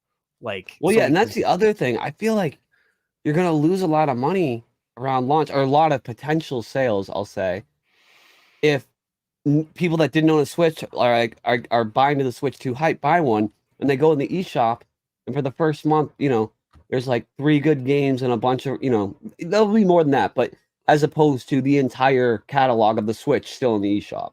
Right. And digitally, it's like there's no reason they shouldn't be there. Mm-hmm. So It's like if and then it's like it just snowballs. So it's like if you can make those games available digitally on the Switch too, then I mean, obviously there's hardware involved physically, but it's like just do it physically at that point. Yeah, well, here's a question. Do you ever think, because I think that there was one rumor that I'm sure you guys remember that I think we all agree is kind of BS, where it was like, oh, there's going to be two versions, a digital and one that can take cartridges for the Switch 2. Mhm. Do you ever think that the Switch 2 is backwards compatible, but fully digital? So they basically say, fuck you to everyone that bought all their systems or all their games physically. But they do buy into the account system where anything digitally transfers, you can still buy Switch 1 games on Switch 2, but it doesn't take any kind of physical media. Do you think there's a world where that happens? The only way that you could do that is if you had purchased the cartridge, you would be able to download it digitally. But how would they know if there's no cartridge reader? Oh, through like your NSO account. Technically, each cartridge has its own unique code on it. If they could find a way to convert that, and then if other people tried using that code, they couldn't register to an account. That'd be a retroactive way because there is a unique ID code on each cartridge. But I don't know. Wait. But I don't know that the only way I can see that working is you logged into your NSO account on your Switch 1. Mhm. Yeah, you probably have to register in the same way you download the coins when you put a cartridge in. You send the information so you can play it on your Switch 2. But then you're then when registering you put it in another system, it'll be like, oh, this was already claimed. But what about people who sell their Switch 1 to get the Switch 2 and had their games physically? Then that screws them still. Well, I didn't say that it didn't screw them, or they could just No. Yeah. I'm not saying that you did or didn't. I'm just kind of like working. Or they could just have a friend who held their Switch 1, go log into their account on their quick, and then register their games. I mean, it's still convoluted. The whole solution is convoluted, no matter what. Like the only way I see Nintendo doing it is that it's not just a digital only system. They have still a physical system as well, and then you're just choosing to buy the one that doesn't have cartridges. That would make the most sense. Which again, I know you said, oh, crazy crap! Everyone's dismissed it. I mean, I don't know that if they want, and I do think that long term, they probably do want to go digital only. I'm not saying definitely all not the companies want to be digital only. I don't even think the What Switch are we talking 3, about? Everyone wants digital only if you're a right. business. That's what I'm saying. But I will say that out of whether it's respect for consumers or the fact they want to look better, they've been the best with physical preservation. Not that takes much. But they've been the best. I don't know what Nintendo is thinking. I have faith that they'll probably at least last the longest with physical only. I feel like there would be a huge irony in the fact that they just announced this Nintendo museum and then they like go digital only with their next system. Right. It's here's my thing. If the Switch 3, if they wanted that to be digital only, then why would they keep making physical games for the Switch 2? Because then when the Switch 3 comes out, they have to make a physical version as well to play your old Switch 2 games. So do you think they could offer a digital only model? Why is Xbox dropping a new Xbox that's going to replace the Series X that doesn't have a disc drive, but they're still going to have physical games? Well, so that's what I'm getting at. It's a problem they're all going to run into someday. What did Xbox do before that, Nate? They stopped making their physical games, even though their system can take them. Like, Starfield got a disc, but a lot of games didn't, right? And so do you think that with the Switch 2, it could have a cartridge slot? One version has a cartridge slot, one version is digital only. But the one with the cartridge slot, it's just for Switch 1 games. They don't make any physical Switch 2 games. Do you think that could ever happen? So there's here's a couple things I think. I'm not going to say that's not impossible because even if it's not this generation, it's one of those things that if the long haul goal for all these companies is eventually be digital only, you have to make the switch at some point. And no matter when you make the switch, it's always going to hurt some people. And there's always going to be some convoluted solutions to things. Like as an example, it could be digital only, but there's an accessory to the dock that lets you play all your Switch 1 games. You just plug it in and you can only play it in docked mode now. Compromise. That's dumb. You can't take it portable, but then someone's going to take that tech as a third-party company. They'll make an accessory that plugs in while you're carrying it, and then you'll be able to do it that way too. There's a lot of workarounds that are possible for it, and obviously having one that only takes Switch 1 carts and there is no Switch 2 carts is an interesting solution. Well, Nintendo's not going to. By the way, we just mentioned we all sort of agreed Nintendo's probably going to hold on to the physical. Nintendo is a precedent for doing that. The first DSs had GBA carts slots, then they phased them out. But they also still had they still the carts for the other. Right, but then they just removed the GBA ones and just kept the DS cartridges. Yes, eventually with future models. So I'm just saying there is precedent. Remember, it wasn't the SP. It was the it's Game Boy Advance. It was they technically did that with the DSi removed it. Yeah, the DSi removed it. The DS and the DS Lite had it. They technically did that with the Game Boy too, because the Game Boy Micro didn't take Game Boy Color. I don't think. No, it didn't. It didn't. And then they've done it with everything too. Like they eventually phased out GameCube backwards compatibility with Wii as well later. They didn't do it with the 3DS and the DS, but that's because it was so easy. Yeah, there's no really reason to do that. They literally go in the same slot, so it probably would have been very hard to like. Oh, now even though they all go into the same slot, now this one doesn't support it. That I could see that happening with the Switch 2 though, where same slot. The cartridges are basically the same, so they use the same slot. Yeah, just like the Wii U and the Wii, and sure.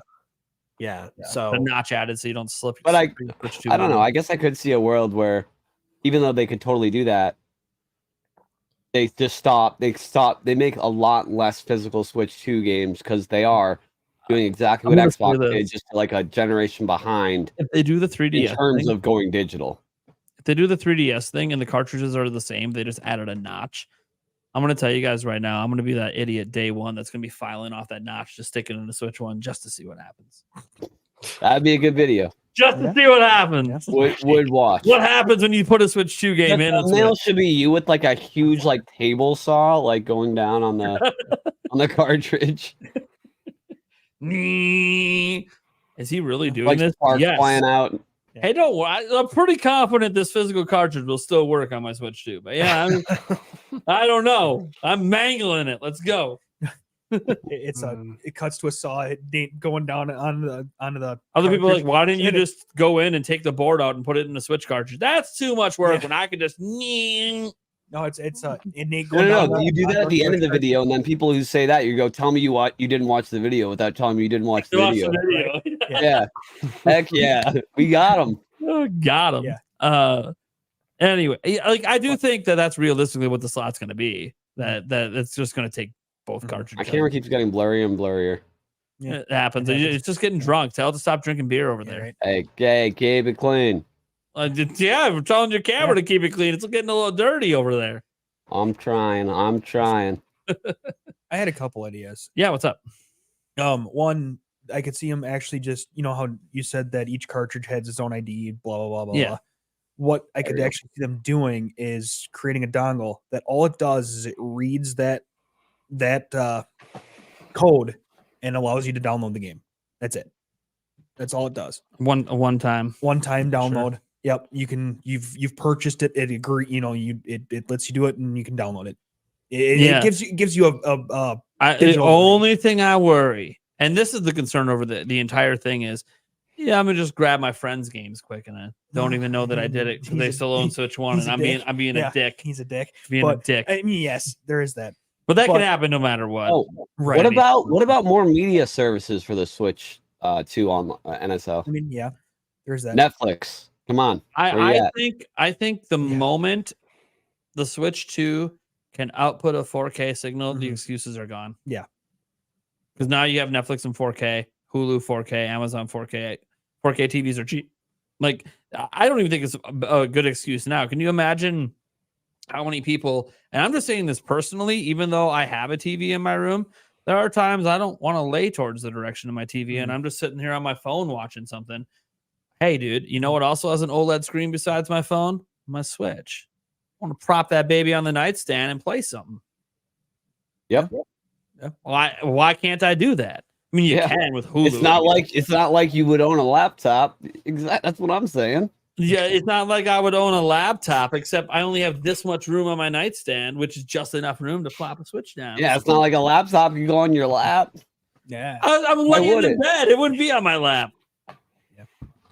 What am All I right. doing? Putting it down here as I'm laying down and going, let me hurt my neck quick. Just put it on your ceiling. Put it on Put my it anywhere you want. What? One second. Sorry. Do you think this is how the world works? Hold Put a on. projector This on the is Jake's ceiling. and world. just See, this have is it what on happens rotating. when Jake's having like too much shrooms over there or something. He thinks you can like, this is the laptop, and he's like, look, if I just let go right here, it's gonna stay. Exactly. No, but what I got heard. I got a big old bed. I can just put it anywhere on my bed. It's not like a switch. It doesn't. It can balance anywhere. Some of us don't have big old beds. Some of us have a partner in the bed in a queen bed, and there ain't just room to just put shit where you want. You're like 4'9". You got plenty of room, no matter what size bed you have. I'm 5'5", and my feet go off the end of the bed. Thank you very much. All right, all right. Oh gosh. I gotta let you win now because that was rude. God damn it. Oh, That's God. right. I'm taller than the shortest ever NBA players. Get out of here. Yeah, there you go. Hey, Muggsy? that's true. Muggsy. Is that Yeah, Muggsy? Yeah. Yeah. He was like 5'2". Oh, he's 5'3", right? Yeah, it was like 5'2" or 5'3". He was really fucking short. He's really good, Yeah. but And really he short. played with the tallest player in history. Yeah. I'm like, hey, technically, when everyone tells me you ain't tall enough to be in the NBA, I'm like, what are you talking about? I'm taller than the shortest person in the Yeah, NBA. that's not a very. You don't have to be very tall to be tall enough to play in the NBA. Technically, Yeah, thanks. You know, you only have to be slightly above average height, which basically I'd be about 6 foot. That's like the norm, 6 foot, 6'2" or higher. yeah, but technically, you're right. 5'3". But technically, That's there an was someone NBA shorter than player. me. That's If not you only is can that an make NBA it, player, you can make that it, is I an can make it. all-star caliber No NBA player. excuse. Guys, I'm He near. was in well, dude, Space Jam, and he was in Space Jam. when I hit 40 years old, everyone, Space Jam. I will make an NBA roster. That's the goal now. There you New go. life goal. At 40, like my Mark rookie Wahlberg debut. in the NFL movie. That's Make based my on a true rookie story. debut. I'll probably blow my knee out in game 1. Yeah.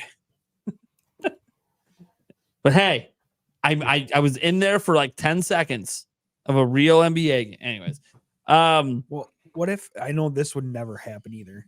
But again, we're saying what can they do? Right now the expansion pass is $50. What if they did something that's $100 or $150 a year, but they put the majority of their remakes, remasters in like its own tier? free. Well, it won't be free because you're paying Free. $150 a year. I could You see get- 150 seems a little steep, but I could see maybe 120 because there's already precedent for that in the market. I mean, And they yeah, have a I better said like legacy 100, lineup than any 150. other company, I'd say. I'd like to see $100 to $120 tier that's all DLC for every first party published game. Instead of like this, we gave you Mario Kart, but hey, you got to buy the Pokemon. You got to buy this one. You got to no, give me a tier where I can subscribe and I just get all the DLC. That tier would be on fire. People would buy the hell out of that. Mhm. If you're someone who Well, plays a lot yeah. of Nintendo games and you're getting the DLC without having to think about it, that'd be a fire tier. Yeah, I don't know. That's tough.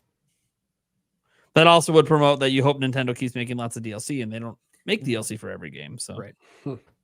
Yeah, that's also the caveat thing.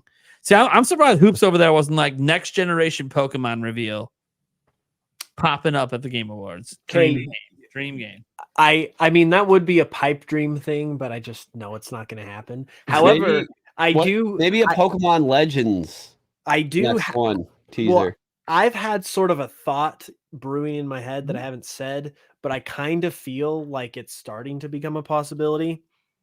So there's been a lot of rumors recently about a Unova Black and White remake of some kind happening. Well, next Black and year. White 3, baby. Like Black and White 3 or like a Legends Black and White or something like that. Okay. And the rumor, which seems prominent, is that it's next year. Well, the thing with next year, obviously, is that the Switch 2 is dropping. And so I'm kind of like thinking, what if that is like the or one of the big Switch 2 launch titles? Is this like Black and White 3 Legends game? And I think the next okay. See, like I have to agree with you because I think that then the Legends game will be the next big Pokemon game. But I think the next one after that is actually going to be a Black and White remake or Black and White 3. So I don't think the next Legends game is going to be a Black and White. And I'll tell you what I think the next Legends game is going to be, what region it's going to be. I think it's going to be Johto. Because they've been showing a lot of love in like Scarlet and Violet, Yeah. some of the recent games for Johto Pokemon in the Johto region. And even up to now with like the legendary beasts getting Paradox Swarms and stuff, and a lot of Johto Pokemon got Paradox Swarms even before that. Like there was a lot of Dawn fan love. And then even in Arceus, you see Ursaluna, who they continue to hype up with Blood Moon Ursaluna, who could maybe be a more common encounter in a Legends Johto game. To me, it's pure speculation, right? But I think that the next Pokemon game will be Pokemon Legends, and it'll take place in Johto, whatever they call it. I don't know, but I think that's what it's going to be. Yeah, I was like totally on the Johto train too before all of the Unova stuff happened, and it's like kind of tricky to figure out what they're going to do because they definitely wouldn't it make sense for them to do the remake too? Because like they pumped out the first Legends Arceus, and the next game was the Diamond and Pearl remakes. Yeah, so well, like logistically, if they ever do a remake like that again, by the way, I'm out. Well, I'm like 99% certain that game was never supposed to exist, and Legends Arceus was the Diamond and Pearl remake, and then something happened with like COVID or something that forced them to delay it into January because it would not release in January otherwise. And they like just had to have a release in 2021 for some reason. Either that or when they had the concept and idea for Legends Arceus, they're like, oh, it makes so much sense to do another cash grab and remake the Diamond and Pearl games. We're not going to be able to do it. Let's just have a mobile company do it for us and we'll just get extra money. And they were right. I mean, profit-wise, it was worth it. But yeah, same line of thinking. I think it's one of those two things probably. Yeah, so I think it was a special exception type of situation for sure. But that's even a better point to why potentially it could be Legends Johto and then Black and White remake because they aren't related to region. Mm-hmm. You know what I mean? Yeah, and then the Johto idea makes way more sense from like a timeline standpoint because like it's been the longest amount of time since Johto has been featured in a game. It's been since like Heart Gold Soul Silver. So like of any of Gen 4. Any of the regions, it's been a longer gap. It's been way longer. And like in terms of longer since Heart Gold than it has Black and White. Right. Yeah. And in terms of like their remake timeline, it seems like way too soon to be revisiting Unova because it was just 2 years ago we did Sinnoh, and they usually give it like 5-ish years before they hop on to the next like major like revisitation or whatever. So I think there are definitely some like varying possibilities, but I feel like they could be having something like they've got like an ace in their pocket with whatever it is. And I could see it being the thing that they like use to really push possibly the Switch 2, or it could be like a Black and White 2 situation. And I hope they step it up because like Pokemon releases on Switch have been such a mixed bag. There's been like glimpses of potential and then so many F-ups in my opinion. Yeah. And Johto is like my favorite region from my childhood. Like I played the death out of Red, Blue, Yellow. I was there when they came out. But then when Gold and Silver came out, those were amazing. Then I didn't play Pokemon for a while. And then the only reason I got back into it was because of Heart Gold, Soul Silver. And those blew my mind. So I just want to see Johto done right. But the other thing I like about your idea for a Black and White Legends is, for those of you who don't know, that takes place in the United States, the only Pokemon region that's the United States. So it'd be really cool to see a Legends game based in the place I live, depending on. And I don't think Pokemon would ever do a future game, despite implications of Scarlet and Violet. but to see possibly a past Unova, or maybe even one that was parallel to the DS games, but a Legends game somehow. I mean, either Well, way, I just think that would be cool too. yeah, I mean, I could the one thing I could see with that kind of ties everything together with Scarlet and Violet and Legends is that I don't know what they would call it, but it would basically be like Black and White 3, but that is the future title because it's a sequel to Black and White 3 or Black and White 2. And so you have Legends that's the past, Scarlet and Violet that's the present, and then this game that's the future. And that kind of like wraps it all up into one. Because Hoops, I have a question for you. I'm just curious. I have a kind of an unpopular opinion where I think Scarlet and Violet is way more fun than Legends Arceus. I think it's way more flawed as well. But despite the flaws, like even with them, it's more fun in my opinion. And I'm just wondering what you think and what you feel about it. I would say that I have more fun with Legends Arceus, particularly because of like the catching mechanic and just the ride Pokemon, the different ride Pokemon, and different things like that. But I think Scarlet and Violet has a lot of things going for it too, with like the open world and like the quest structure I really enjoyed. I think it might have been like right there or could have possibly like eclipsed it because of the open world aspect if it wasn't for those like technical hiccups. Yeah, the traversal and the ride Pokemon in Legends Arceus is probably the best they've ever done it. I'd agree. Yeah. That being said, Scarlet and Violet traversal wasn't terrible. I'd say it's better than most games because there's no HMs. Mhm. And it was creative how instead of like in Sword and Shield, they give you a bike that can do everything. Yeah. And it kind of doesn't make sense. Yeah. I like how they like made it make a little more sense. Doesn't take you Mhm. out of it as much. Yeah, and like I loved how they used the legendary to do that, and they like brought the legendary like into the story like right from the beginning, and the story itself as a whole is like probably, I mean, my favorite, but also probably the best in terms of just like lore and twists and stuff like that. Like that was a lot of fun. So like I think Scarlet and Violet has a ton going for it. But with Legends, I think just the fact that it's so different and fresh and has like just tries so many new things is what I loved so much about it. So, Mhm.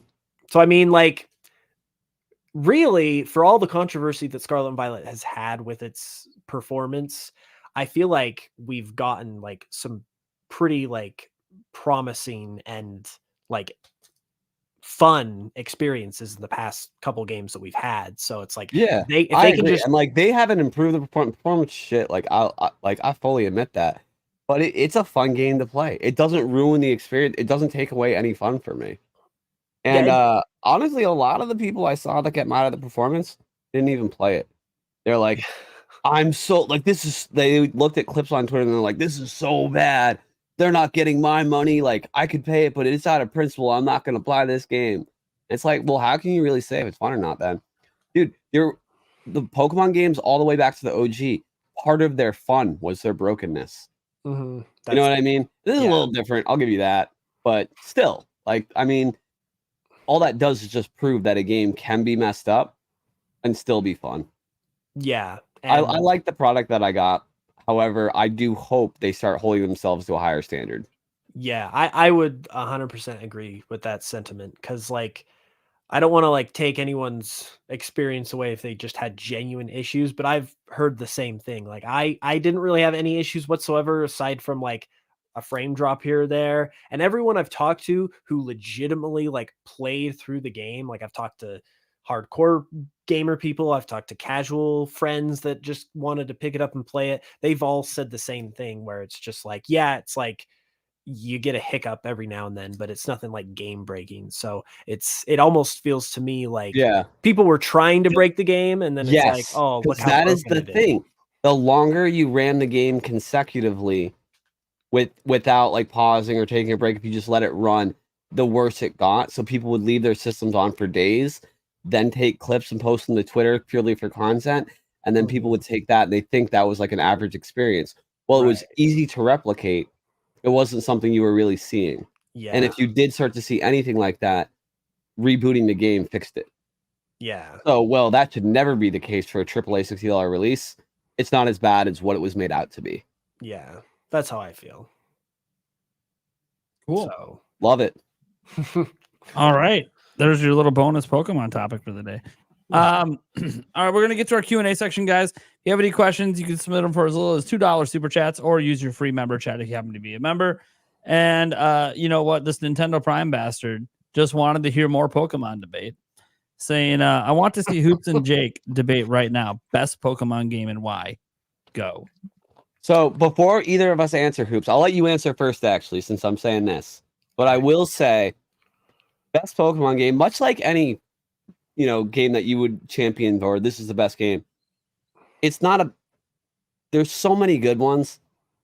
It's about nostalgia, strongly with nostalgia. Whatever Pokemon game you played first is going to be a huge factor. Probably going to be one of your top 3, the first Pokemon game you ever played. It's going to be up there. So all that stuff goes into it. So Nate wants blood, but I got to say, I'm going to respect any opinion. Unless you say Ultra Sun or Ultra Moon. Yeah, that's not on my go list. Ahead. That is not on my list. I think there's not going to be much argument because for the longest time, my best Pokemon game was Heart Gold Soul Silver. I think it is slightly been eclipsed by Legends Arceus, but I love them both for the same reasons. And that's that they're packed with cool things to do. There's just they're just super fun to play. I mean, they've got different features and stuff, but they're just both a blast. And then the thing that really seals it for me is just all of the content they offer. So Heart Gold Soul Silver has Kanto that you get to play in the post game, where Legends has it has one of, in terms of just things to do after the main story, the best post games out there. And then it has, spoiler alert if you haven't played it, has that final battle at the end, which is, when I was playing it, I was I've always thought the red battle in Heart Gold Soul Silver was the best Pokemon battle, but now this one, I have to give it credit. This is blowing my mind. So it's really kind of just it's splitting hairs almost, which one I like better, but I just all of the I like how bold Legends Arceus was, and I want Pokemon to be that bold, and so I kind of give it the edge because of that. But those are my top 2. Well, I think that Pokemon Legends Arceus showed a huge thing. There's a big demand for that type of Pokemon game, but then the Bare Bones remakes came out and they sold even better. So it's okay, so even if it's terrible, there's still a big demand for traditional. So I think much like 2D and 3D Zelda, or 2D and 3D Metroid, there needs to be both. There's an audience for both. And for some people, they might like one and not the other. I think a lot of people loved Legends Arceus and are just kind of done with other modern Pokemon. And then there's me, who didn't really love Legends Arceus, but, still loves Scarlet and Violet. I think Sword and Shield, it still has a special place in my heart, but I think it was kind of a bad game, one of the worst ones. But Scarlet and Violet definitely improved a lot. And they learned, I do like how, obviously, Legends Arceus, the battle mechanics, everything came from traditional Pokemon, but then they took Legends Arceus stuff and added that to mainline Pokemon too. Right. So I like how they can still have the 2 distinct things, but use things from each to make each one better. That being said, my best Pokemon game is Heart Gold Soul Silver. Yeah, you honestly can't argue that, because it's it was already the game that had 2 regions, which just everyone loves. And it was already my favorite. I play the OG Gold and Silvers, and Crystal still. Yeah, so it's those games already had so much content, so much value, but then they had the audacity to add the Battle Frontier, and they added all the legendaries from Gen 3, and they just added even more, and they added the following Pokemon. They those games did not have to be. That's as good as why they like were. talking about a Legends Johto like just like has me scared because like honestly we're live right now and just thinking about it has me on the verge of exploding in my pants. Yeah, That's all I like have to say about that. if Just if keep they the can pants just on. if they can just give You're us good then. a I don't wear pants Legends to the podcast. You equivalent didn't hear that last week? No, I wasn't paying attention. Sorry, Hoops. Go ahead. Go ahead. No, you're good. I mean, to be Uh, fair, I don't know if Hoops is wearing pants either. We gotta be pantsless right now. That's very true. I'm cut off at the waist for a reason. Helps me Uh, with blood flow. But I mean, I feel like all they have to really do to give us a great like Johto remake game, whatever it is like Scarlet and Violet level in terms of like the scope, just more optimized technically. And I feel like that's kind of like more or less what you could expect Oh, you know what would be so cool? given its Go Dude, ahead. imagine Johto. You know how you experienced like the tower, like the burned tower where you find Mhm. legendary beasts and it's burned to the ground. Imagine exploring that in 3D before it burned down. Yeah. That'd be amazing. That'd be so cool. That's like what they have to do for like incorporating how the legendary beasts were formed. Like you know how the fan theory is that they were the evolutions and they burned in the fire and reincarnated as like imagine seeing that happen. Mhm. Yeah, As a side storyline, like oh man, yeah, that I'm would be- not hyping responsibly, but I'm excited. But that's why like Legends is so cool because like every Pokemon game has like cool stories like that can be just like explored and made into like a top tier experience. So Yeah, and I do think that like that first Legends game, part of the reason I love what they were thinking with it. It just felt too empty to me. Besides the one town, it was very tech demo. In the way that Breath of the Wild was seen as a tech demo compared to Tears of the Kingdom, in a lot of ways, I think that a lot of people, even that if Arceus is their favorite, will feel the same way about Arceus compared to the next Legends game. yeah, I think they learned so much from it, and it's just going to get so much better. So I'm really excited. yeah. Well, Whatever I mean, region it's in. I feel like whatever the next game is, whether it's a Legends game or not, will be like a marriage of Legends and then Scarlet and Violet, where like Scarlet and Violet improved on the open world aspect and like having the towns, like the world be more populated with towns and stuff like that. But then Legends had the cool mechanics of like freely catching Pokemon. Let's make it so you can actually enter the buildings in the towns. Yeah, please. Yes. That's a gripe for sure. Yeah. But yeah, I think the next game will be like it'll have like the features of Legends, hopefully, like catching and those types of things. But then it has the open world and the populated world of Scarlet and Violet. That's the dream, but I also feel like that's kind of like the next natural step. So I think it's hyping responsibly. Yeah. Damn it. I like your style, man. Yeah. All right, I'm gonna go put it on the hype responsibly t-shirts. Got them in the back. No. I like hoops and the horizontal stripes. No hype Oh, responsibly. I cannot pull off the horizontal stripe at the moment. I will say this: it is not a good look on me. Unless you want a Right. wide load, it's just not a good look on me. I love wide loads. Oh, Jake, we know how wide a load you like, about 2 inches. Jake, Oh, that's me. Gotta keep it clean. Keep it clean. No, that was my nickname. I'm not even kidding. You know that was my nickname in high school, right? Wet Jet. Nice. No, I thought that's why you were holding it up. No. Oh shit. How would we know your nickname in high school? Because I mean, it's pretty. I mean, I talked about. You were it just that sometimes. big of a deal. You're kind of a big Wet deal. Jet. People I've been know interviewed me. on the radio about my nickname being Wet Jet. People know me. All right, man. Oh man. Swiffer came out when I was in high school. You should see this show on most weeks when we have like 6 people. I don't even want to know how. Dude, it's been so long. It's been like what, 2 weeks? Yeah. It gets pretty wild when we have a full 6-pack. Sure. Gosh, I don't even know who's on next. I can't even see on the whiteboard over there. I was going to tell people who we got coming on next week. I don't even remember. I think it's Nintendo Land's coming on. But Andres Restart will be back too. I believe But so. I think that's what you texted me. yeah, I have no idea. We're one short of a 6-pack. We'll make it happen. Don't worry. Aren't we always one short of a 6-pack? Lately, it's been that way. Hey, Didn't we have 6 on it was like last 2 week? weeks ago. 2 weeks ago? Yeah. Last week was just 4 because I wasn't around, so I couldn't organize any extras. And then this week I tried to get some extras in, but Andres dipped out, and then I was like, well, we'll just go with 4. And then next week we have 5 right now. I'll probably get a 6th. And then December 6th we have Nintendo Talk coming back on. He hasn't been on in a bit.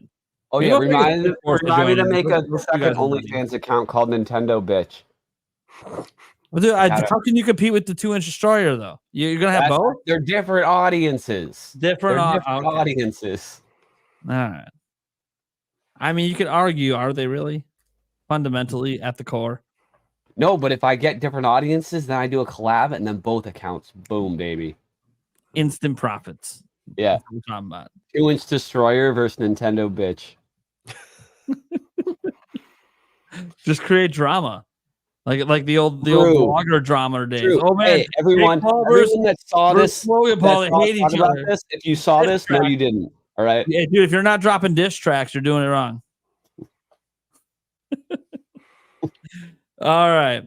Well, I think that's going to do it for the Nintendo Prime podcast this week. First, I want to thank our guests. Sorry, Hoops, you weren't on a more eventful show this week.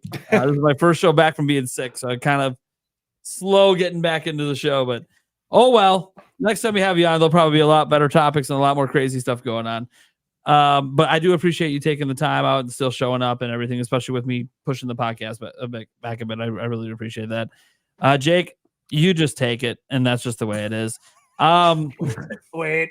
Anyways, we'll go around the room quick, say who we are, where you can find, what you got going on, any upcoming content or streams maybe people can look forward to. We'll start with our guest, Hoops. You got anything going on, and where can they find you? Well, you can find me right here on YouTube under Hoops and Hip Hop. I do Pokemon content of all dude, kinds. I watch your channel all the time. I didn't know that was you. Yeah, that's me. Okay, cool. Yeah, to be fair, he's Yeah. not on camera that often. And Yeah, I'm not. Wait, speaking What- of drama, what you I doing?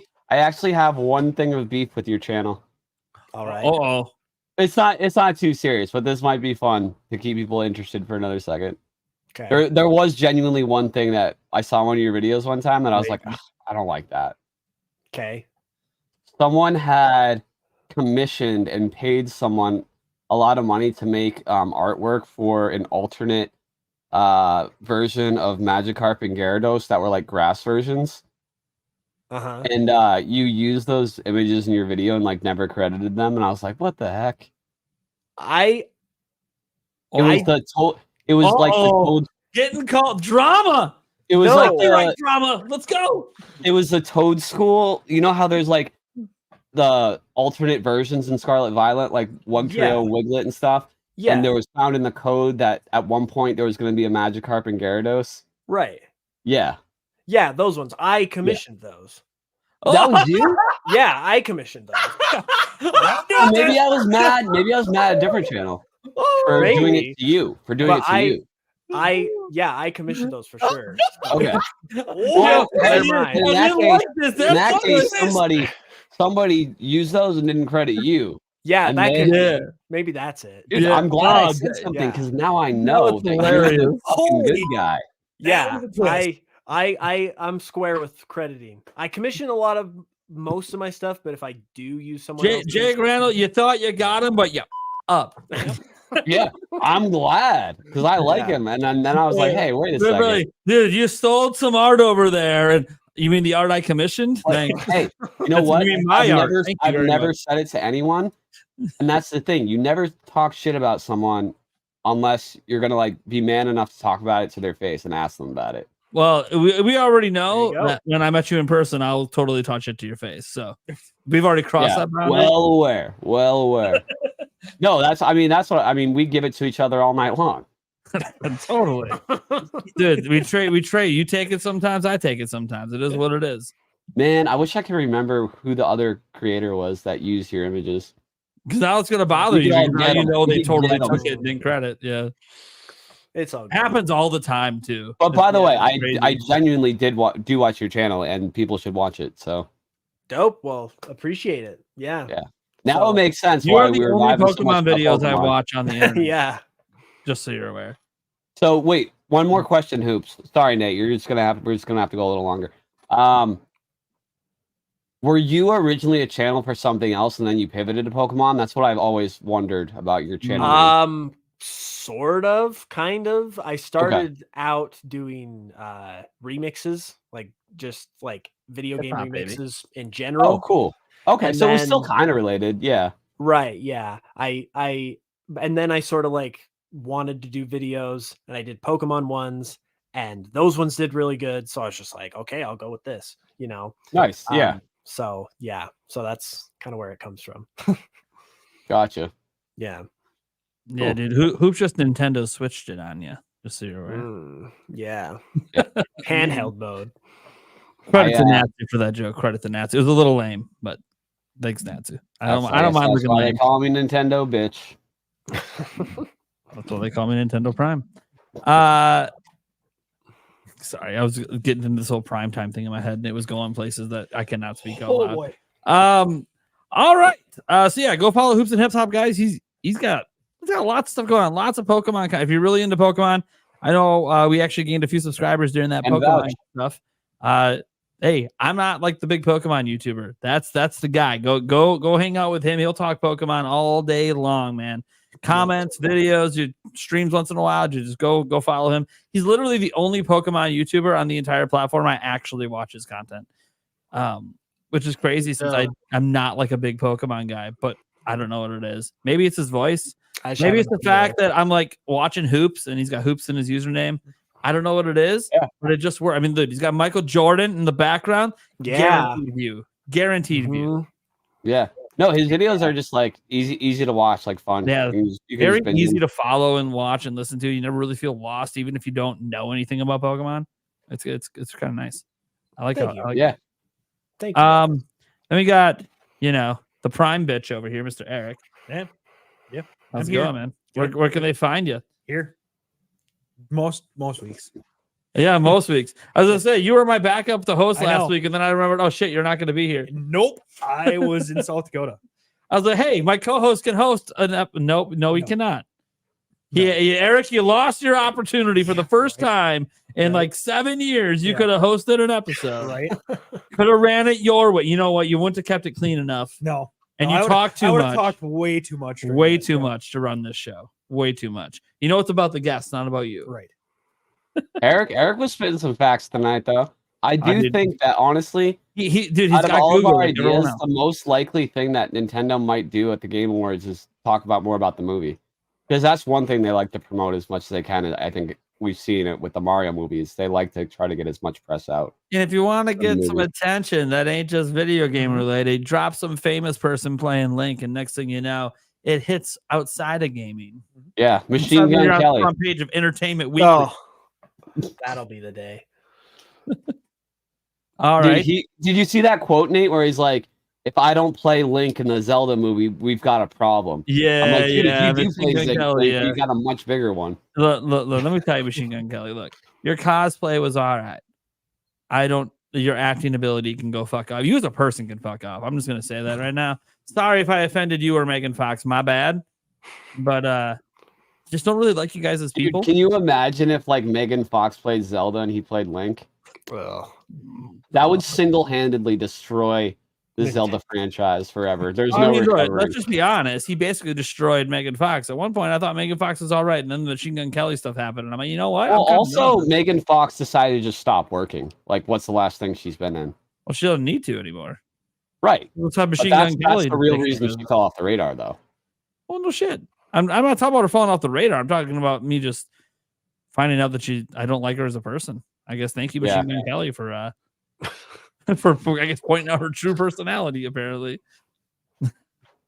mm. Dude, there are really weird. By the way, I don't know like these drinking each people other's blood on a and stuff. personal level, and maybe Machine Gun Kelly and Megan Fox are actually really nice people. I have no idea. Dude, they drink each other's blood. I know. I'm saying all I do is I see They're the not shit. Here's the really thing. nice people. But here's the thing. Here, okay, Jake. This is all the shit we see online, and this is what we see them talk about in public. But do I know 100% for a fact that it was blood that they drank? I do not know that 100% for a fact. I just know what didn't they say that? Yes, they that's were what the they source. said. Okay. Jake, have you ever heard? Okay, people like PR. think Yeah. or Like, don't actually do it? I'm not like I'm that naive. You know what Yeah, I mean? okay, you're right. You're right. And by the way, even if they do drink each other's blood, okay, cool. I don't really care that you do it. It's your business. So whatever. I mean, technically, we're having blood every time we eat meat and shit. So, look, I'll just say this. I don't know them as people, so I can't technically comment on them as people. But the way they portray themselves publicly is really shitty. Yeah. So, Dude, if it's no all an act, celebrities like real. then cool. But I just don't It's all think marketing and shit. So go fuck yourself, San Diego. I mean, wait. What if in real life Whoa, Travis Kelce and Patrick Mahomes were partners? Oh man, I That gotta would get blow my Eric- mind. I gotta Dude, get 10 his years own- from I'm now, gonna have to edit the Steam Deck so you can go over there and Stream Deck and you can mute yourself here. You don't have to reach across the table. Whoa, now, Eric. Yeah. Jake Randall, what you got going on? Anything coming up? And where can they find you? yeah, got a lot going on right now because I'm tracking restocks for the PlayStation Portal. So if you're trying to buy one, just follow me on Twitter, Jake Randall. Let's see. I've got a review of the PlayStation Portal coming out. Whenever you Black decide to Friday. open the box. What's that? I said your review's coming whenever you decide to open the box. Part of the reason I didn't is because I want to do a really nice job filming the unboxing to use as Okay. B-roll for the review. I've just look been at you trying to lazy be as hell. professional. What? Look at you trying to be professional over there. Trying to be. You but I'm should not. just do one of those like you get on a live stream and you're like, dude, this is my first time opening the portal, and then you just like He-Man that shit and rip the whole box in half in one pull. That's what Plain Rock 124 does. Yeah, I know that's plain right. Yeah, but he also then goes at it with a hammer and breaks it afterwards. He doesn't just That's true. yeah. My favorite one was when he unboxed the Mario Kart Live and just tied it to a string to his car and just drove around with it off the back, Yeah, like a Napoleon Dynamite with the toy. I did. Yeah. Sounds amazing. He comes up with some pretty funny ideas. He's I pretty gotta- good with it. He's not he's not just Well, smashing everything. Well, he started out as just smashing and doing dumb shit. And then he's like, all right, we can't just keep Oh. doing it. The shtick's getting Oh, you know old. what was so Now funny I about gotta the be Mario creative. Kart Live thing was because he turned it on, and so he first shows you the footage of him driving with it tailed by his car, but then he shows you the footage from the camera that's on the car, like its perspective on his Switch, and it's fucking hilarious. It's just going crazy and then just black. Good stuff. It's good stuff. Anyways, you can find Jake Randall at Jake Randall everywhere, pretty much, except on OnlyFans. 2-Inch Destroyer on OnlyFans. By the way, he definitely doesn't. Unrelated, there's a content creator that I've never met before, but I might have drama with called Nintendo Bitch on OnlyFans. So just watch out for that. Also, while Andres Restart was not here today because he had some stuff going on. By the way, it's a holiday season, Thanksgiving, so I'm sure it's some family thing. I do want to make sure that we shout out our dear friend Andres Restart, who's a regular on the show. He got to go on the Kind of Funny Gamecast or whatever early this morning. So I want to give him a little shout out. Proud of you, buddy. Getting invited by Tim Geddes, having a good time over there. You get to appear on the very thing that I'm trying to buy, the giant $20,000 video wall. Congrats, you bastard. I'm just kidding. It was pretty cool because I actually watched their content, so it was weird to see. Spider-Man PS5 Andres plates Restart's like restock, literally by in the the way. title of their video. What is going on? Anyways, Just wanna give a shout out FYI, I see FYI you for everybody. The Spider-Man PS5 faceplates just restocked. there it is. See, There you They're in this is stock how right now. it is. Ants Online. Literally, as soon as I hit end stream, he's gonna be like, "Dude, Switch shooters drop, pre-orders hit."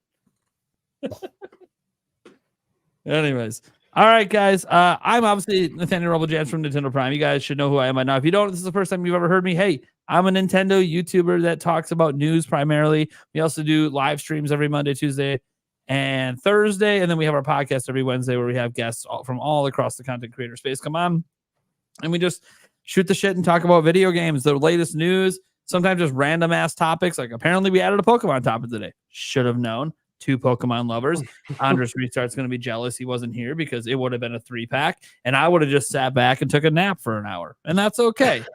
That's okay. If I could take a nap in the middle, you know what? That is now a new podcast goal that I get to nap for like a third of the show. That's what I do whenever you talk. Yeah. Oh, Yeah, Jake's gotten good with the whole, sleep with eyes open thing. Yeah. Anyways. Like Justin Long in Strange Wilderness. Yes. He's got his eyes tattooed to the back of his eyelids. So it looks like he's awake. Yep. Anyways, guys. Yeah, our podcast is everywhere. I know we're a little bit behind on the audio versions. We'll get those taken care of here, I think, over this weekend at least. Again, I've been sick, so it is what it is. You guys are awesome. And we'll catch you the same time next week. See you later. Peace out. And I'm not actually ready to hit end yet. So I was gonna say. hi, my name is Nintendo.